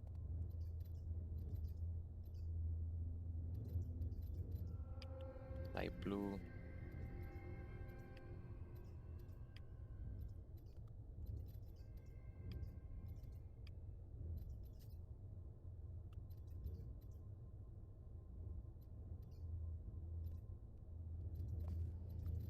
Just gotta keep looking. We'll find one. We'll find one. Here we are. Nanotechnology.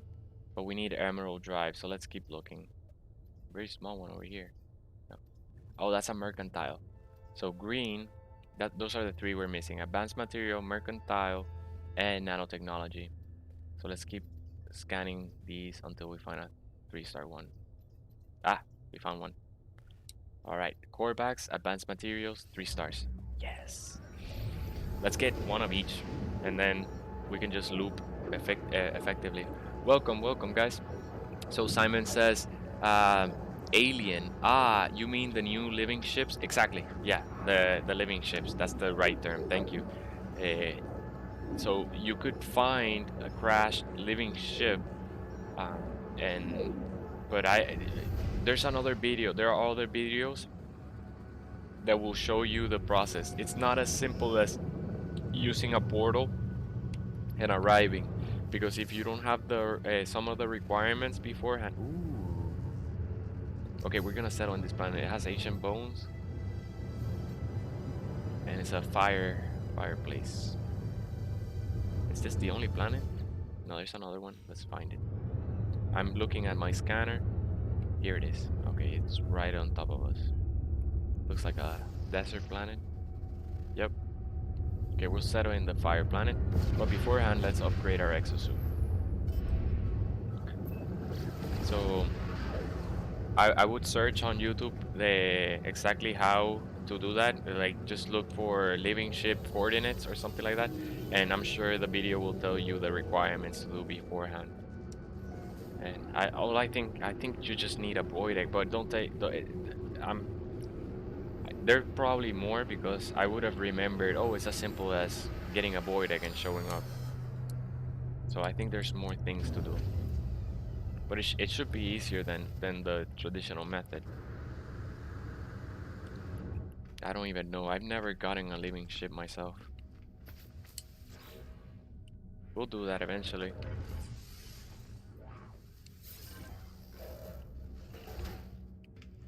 Let's check the weapon. Exotic. I mean, alien or experimental. Those are the rare types. Let's check the vendors, so I can make a mental memory and potentially write down.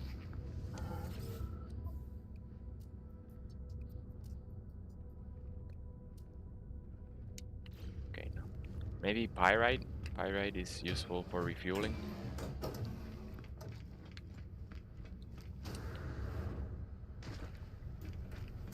Lots of small explorers. I like it. What kind of shuttle? That's a small shuttle as well. Sometimes the shuttles look large, but they're actually small. And they don't come, shuttles don't come in large inventory sizes. They only show up in small and medium. Silver, gold, tritium. So I'm just gonna name this guy Gold Traders. Because tritium is really common. If you're wanting to buy tritium, just land on a trading station, and most the people that land on a trading station, look, another small inventory. Nice. This is a good place to scrap. Look for for 1.2. Let's do it. Let's do it. Let's do it. Let's do it right now. Where are you? Where are you, NPC? Before you go? No, don't go. Let's scrap this ship.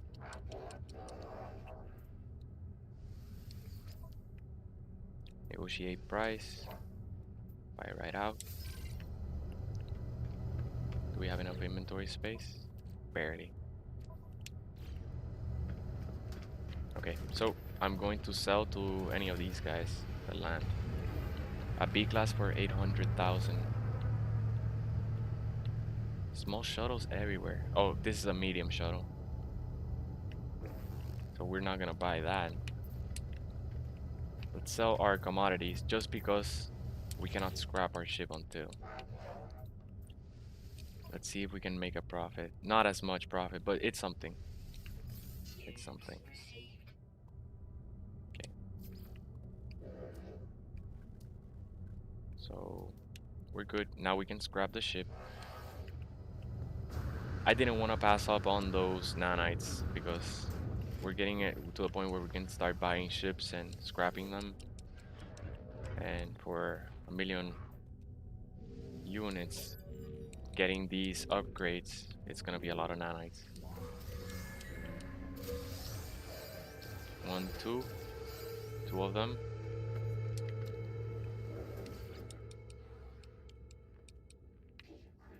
All right, let's sell them back. Yep. Get about 600 nanites, which is enough to buy one S-class upgrade. Let's see, what do you have? Starship. Infernite. Hyperdrive. Yes. So you see, we got a hyperdrive just by spending that 1,000,000 units.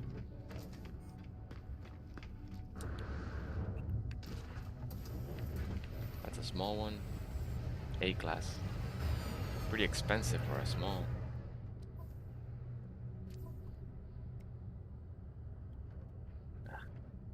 I'm gonna save this S class for our next ship.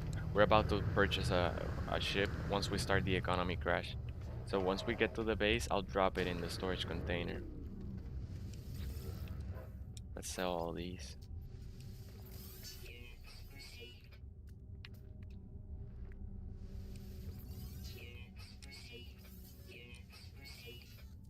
Ah, we got 2 storage augmentations there. We'll save those 2.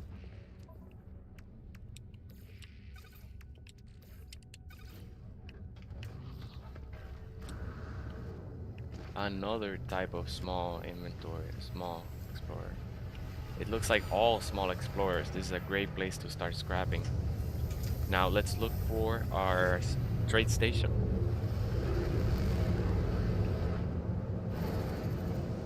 In this fire planet, yeah. We're almost done. We need 2 more. Oh, look at that, and a trading post right there below us. So 2 more economies, and we have all the economies available. This is a nice planet, blue atmosphere, not extreme temperature. Look at that, really nice.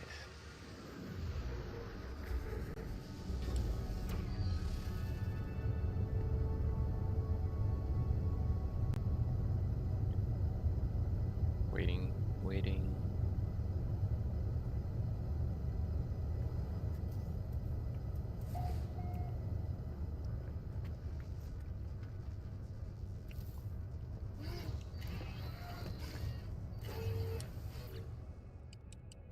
Searching cartographic archives. Let's claim the base.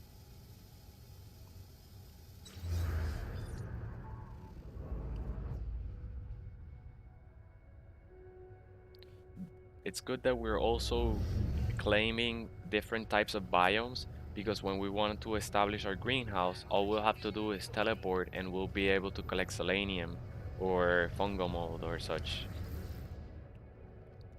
So this is forgot, advanced materials.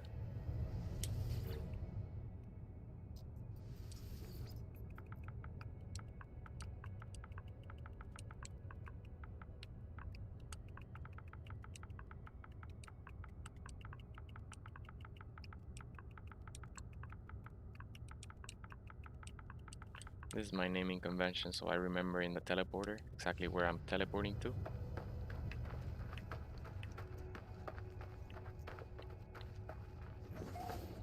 So we already sold the commodities, but we can buy them more here. Product received. Nice. Very nice. Okay, let's put our teleporter.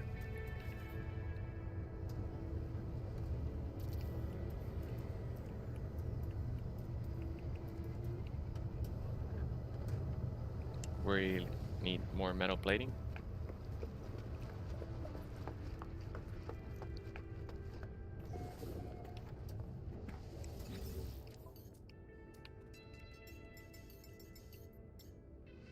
Product received.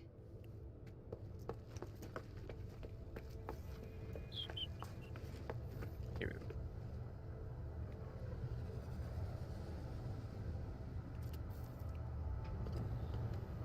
Nice, nice. After this, we just need to jump between teleporters and sell and trade.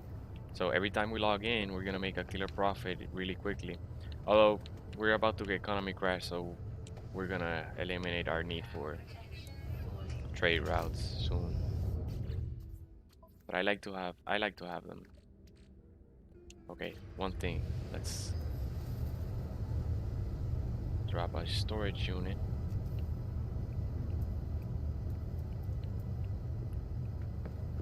Anywhere, but I'll pick it up. I just want to. Protection fully. Drop that there. I can. Let's get rid of ferrite dust and sodium.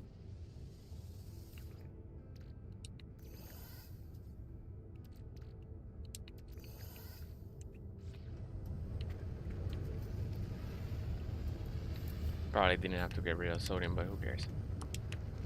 Here we go. Let's go. Let's find one more. We have commodities. We got warp cells. We're finding new biomes. It's all good. Let's see. Now we need mercantile. And I forget, I think it's the turquoise one. Yeah, nanotechnologies. Mercantile is green.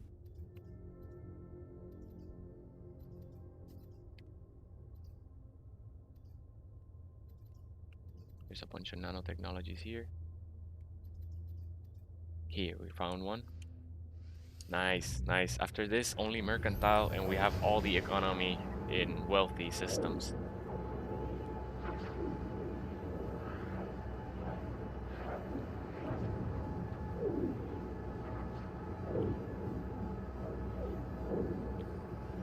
After I settle the last economy type, I'm going to take a break to have lunch, but I'll be right back after within an hour or two, and then keep on streaming throughout.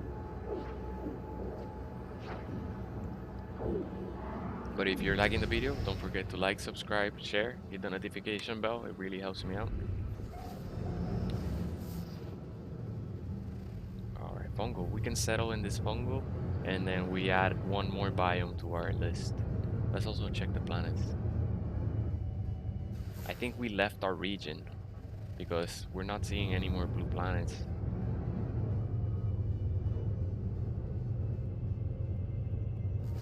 I don't know.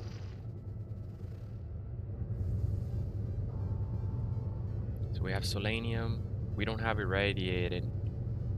We have Arctic. Another fungal. Alright, that's it. Let's go into the space station. Upgrade our suit. Check the weapon. Check the... Just do the...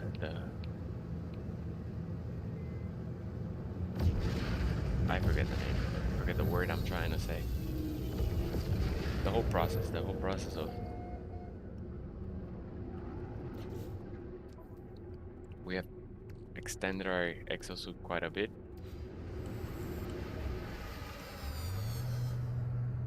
and we're gonna keep doing it, especially once we start the wiring loom economy crashing. We're gonna be warp driving, yeah, um, very often into new systems, potentially find an Earth-like planet, and keep maximizing our exosuit while we even make a profit. So spending the units is not gonna be a hassle. We could also potentially find a rare multi-tool, and we'll also be able to scrap starships that land, turn them into nanites, and upgrade our starship. Um, Hopefully we find an exotic, or we find I want to check the terminal, galactic trade terminal, or an S-class explorer, an S-class fighter. Oh, I remember we saw an S-class fighter. I mean, really cool fighter ship in our second base. So I want to go there and probably buy that one. Chromatic metal and copper, magnetite ferrite. This is good. Okay, this is good. Very good. We found a chromatic metal vendor. So every time we come here, there's gonna be 4,000 chromatic metal for us to buy, making it very, very lucrative. Feinhardt says, sounds cool, Tony. Thanks, man. Awesome. All right, so let's see here if there's anything else that's rare. Phosphorus, but I'm not gonna mark it. All right. Let me just say here.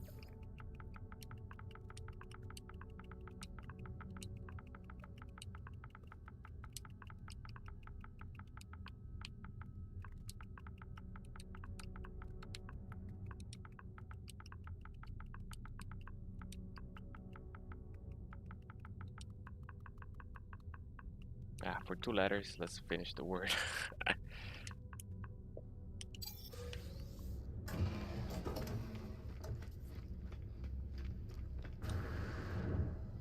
We can only name the star system once.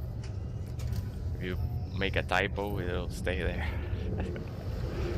Everyone that passes by your star system will say like, oh, this guy doesn't know how to spell. It's fine. Is that a moon? Irradiated moon. I'd rather settle in the moon. Because here we can get both uranium. Well, we found an uranium trader, so it doesn't matter.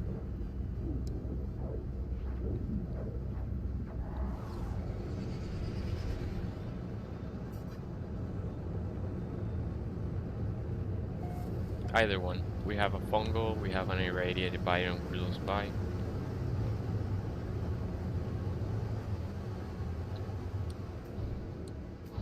Come on, land. Look at that view.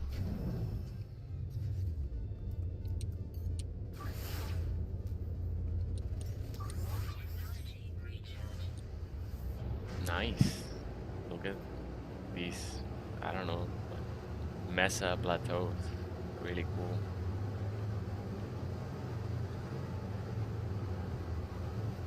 There's plenty of flat area here for base building. And the yellow atmosphere kind of goes with the irradiated planet.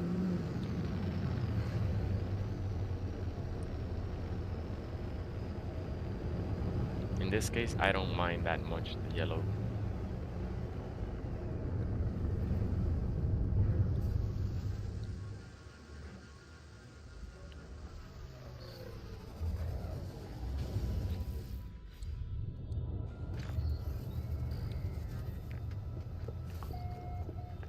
Again, same deal.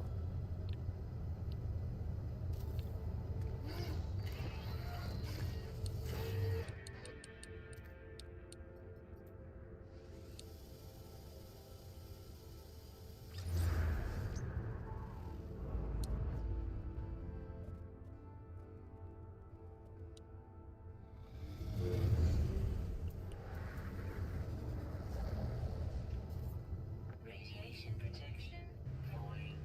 One trick is notice that once I enter the builder camera, my exosuit is not draining.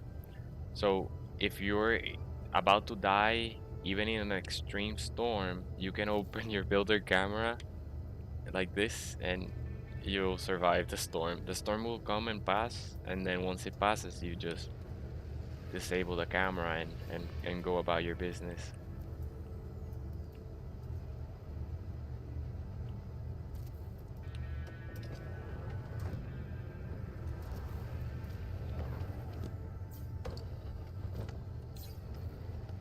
Nice. Alright, we're set up. Here we have commodities to sell.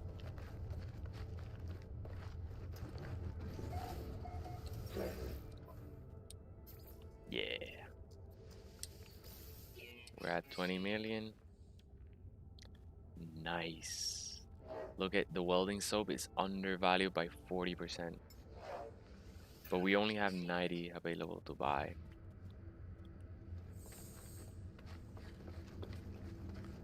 Alright, one more economy. Only the mercantile left now. Ah, Simon says, nice tip. Thanks, man. Yeah, it's especially early game without any hazard protection. If a Nexus mission sends you to gather storm crystals or something like that, you can survive if you're about to die. Recharge.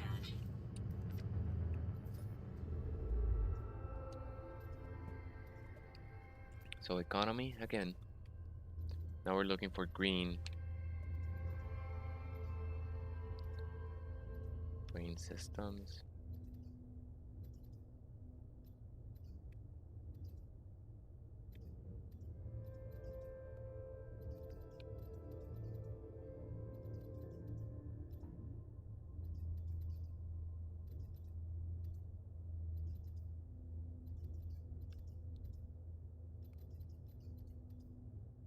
Indium drive.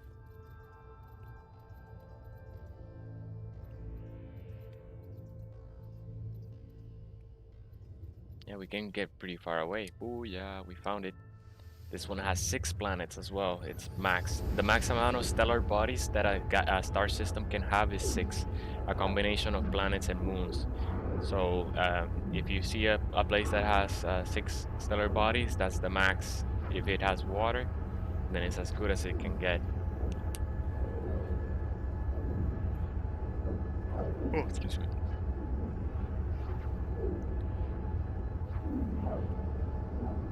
Nice, nice. We have all the economy types now. So the loop is interesting because there's 7, but I'll show you that. Let me see.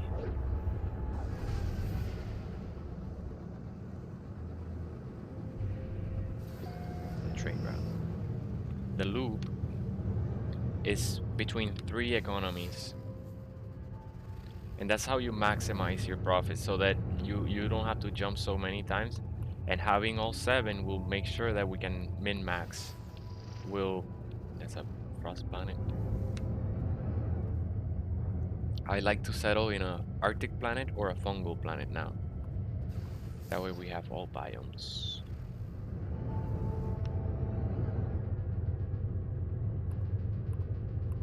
This may be lush. Yep, lush with salvageable scrap, no extreme weather, and aggressive sentinels. I like this very much because it'll have Gravitino balls, buried technology, and also salvageable scrap. So we're gonna settle in that one, even though it's not one of the biomes we're looking for. Because it's gonna be lucrative when we're hunting for buried technology. At the same time, we'll pick up Gravitino balls and at the same and dig up salvage scrap. We'll also be working our way towards the extreme survival achievement. It's one of the I'll show you milestones. Extreme survival.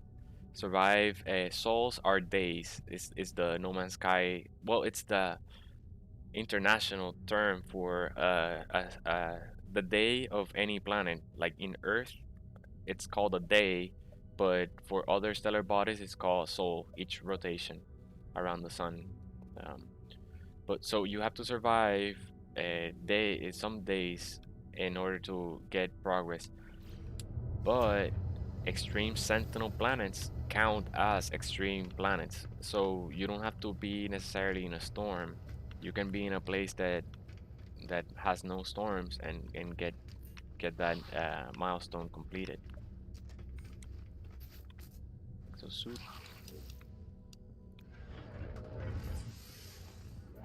100,000 units, not bad. We have commodities to sell, so we're just gonna sell them. We already checked that. Let's check the trade, galactic trade.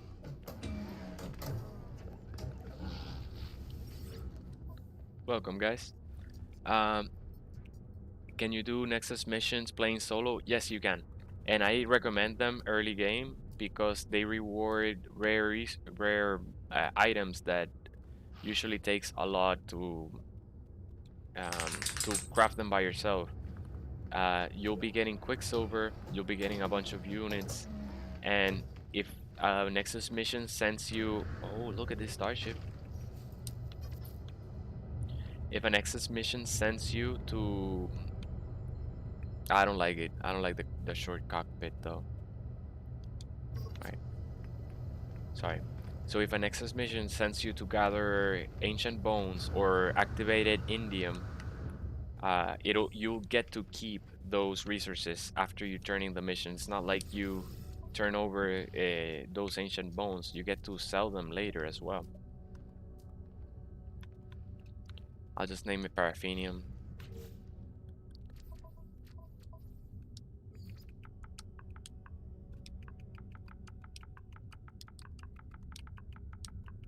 I misspelled it. I don't care. But yeah, and they're very rewarding, and you'll start earning Quicksilver. Ugh, typos everywhere. No matter. You'll earn Quicksilver, and some of the blueprints that the Quicksilver workshop sells are available for a limited time. So if you see an armor and a helmet, you may want to buy it ASAP, because who knows if it's taken down and replaced with another one next month. So yeah, start doing those missions, and you can do one mission that's called the community mission each weekend that will reward you with 1,250 Quicksilver.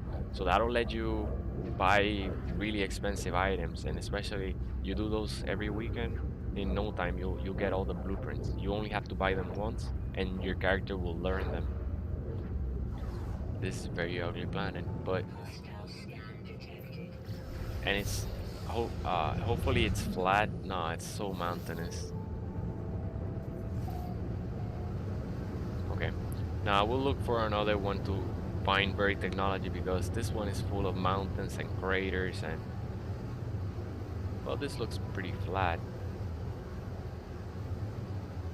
It's like all islands, so I think we can do better. We can find a flat place. So let's try. We can settle in the Arctic one. Let's settle in the Arctic one.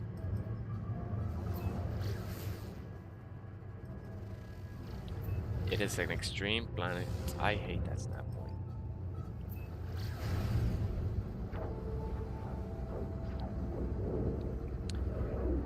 So yeah, the Nexus mission very rewarding. I waited a long time to do them myself, and I wish I hadn't, because I would have saved a lot of time. Like they'll reward you with frigate fuel to send, and the large ones, the large containers that let you send out your frigates a lot of times out. They'll reward you with storage container units. I mean upgrades, storage container, storage upgrades.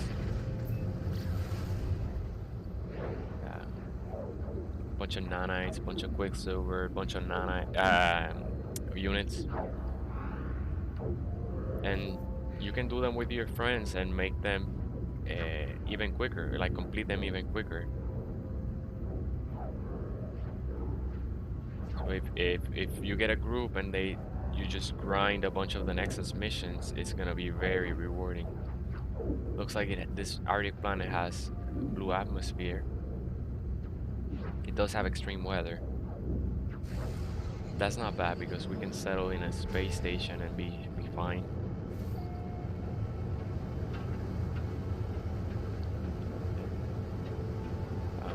No problem, man. He says thanks. No problem.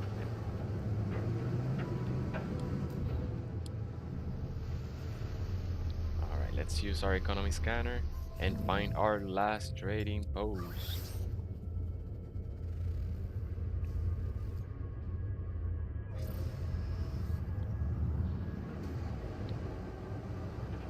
Alright, let's go up to space so we can use our pulse engine.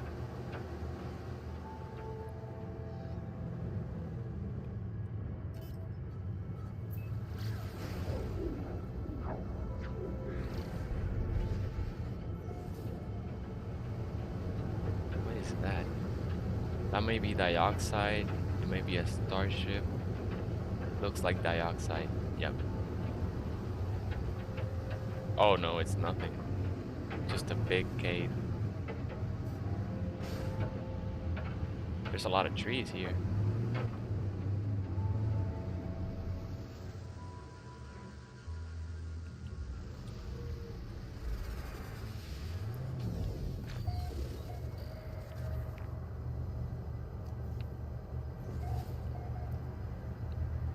Nice. Now, later, after I have lunch, we'll come back and then we'll jump between all the space stations and sell and make a killer. After that, we'll start the wiring loom method. Oh, I see a large fighter ship landing. Let's take a look. And in one of these star systems, we can find rare exotics. We can find cool starship designs. So we'll look around as we're keep an eye out, you know. And I think this is a mercantile. Let me make sure. Yeah, mercantile.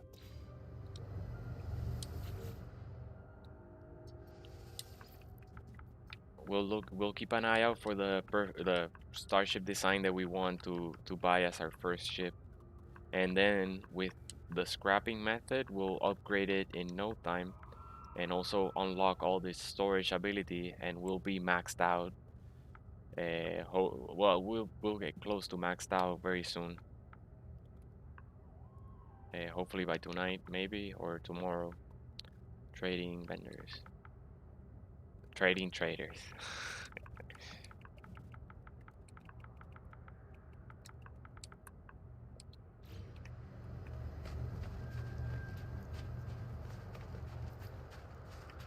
Oh, you look sad over there. You look like you're bored. I'm gonna talk to you.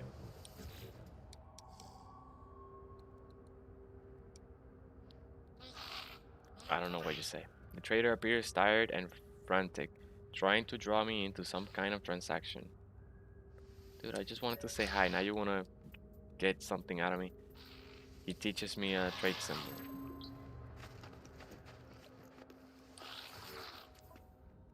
Sell.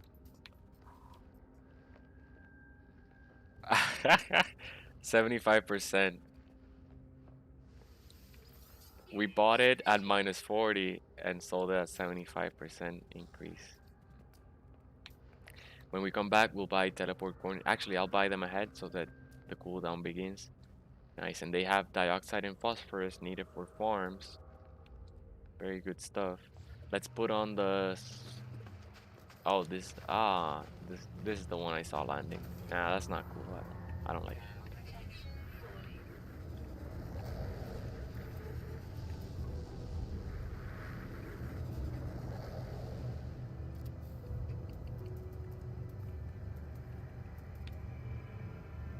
More metal plating. Temperature levels stabilizing. Product received.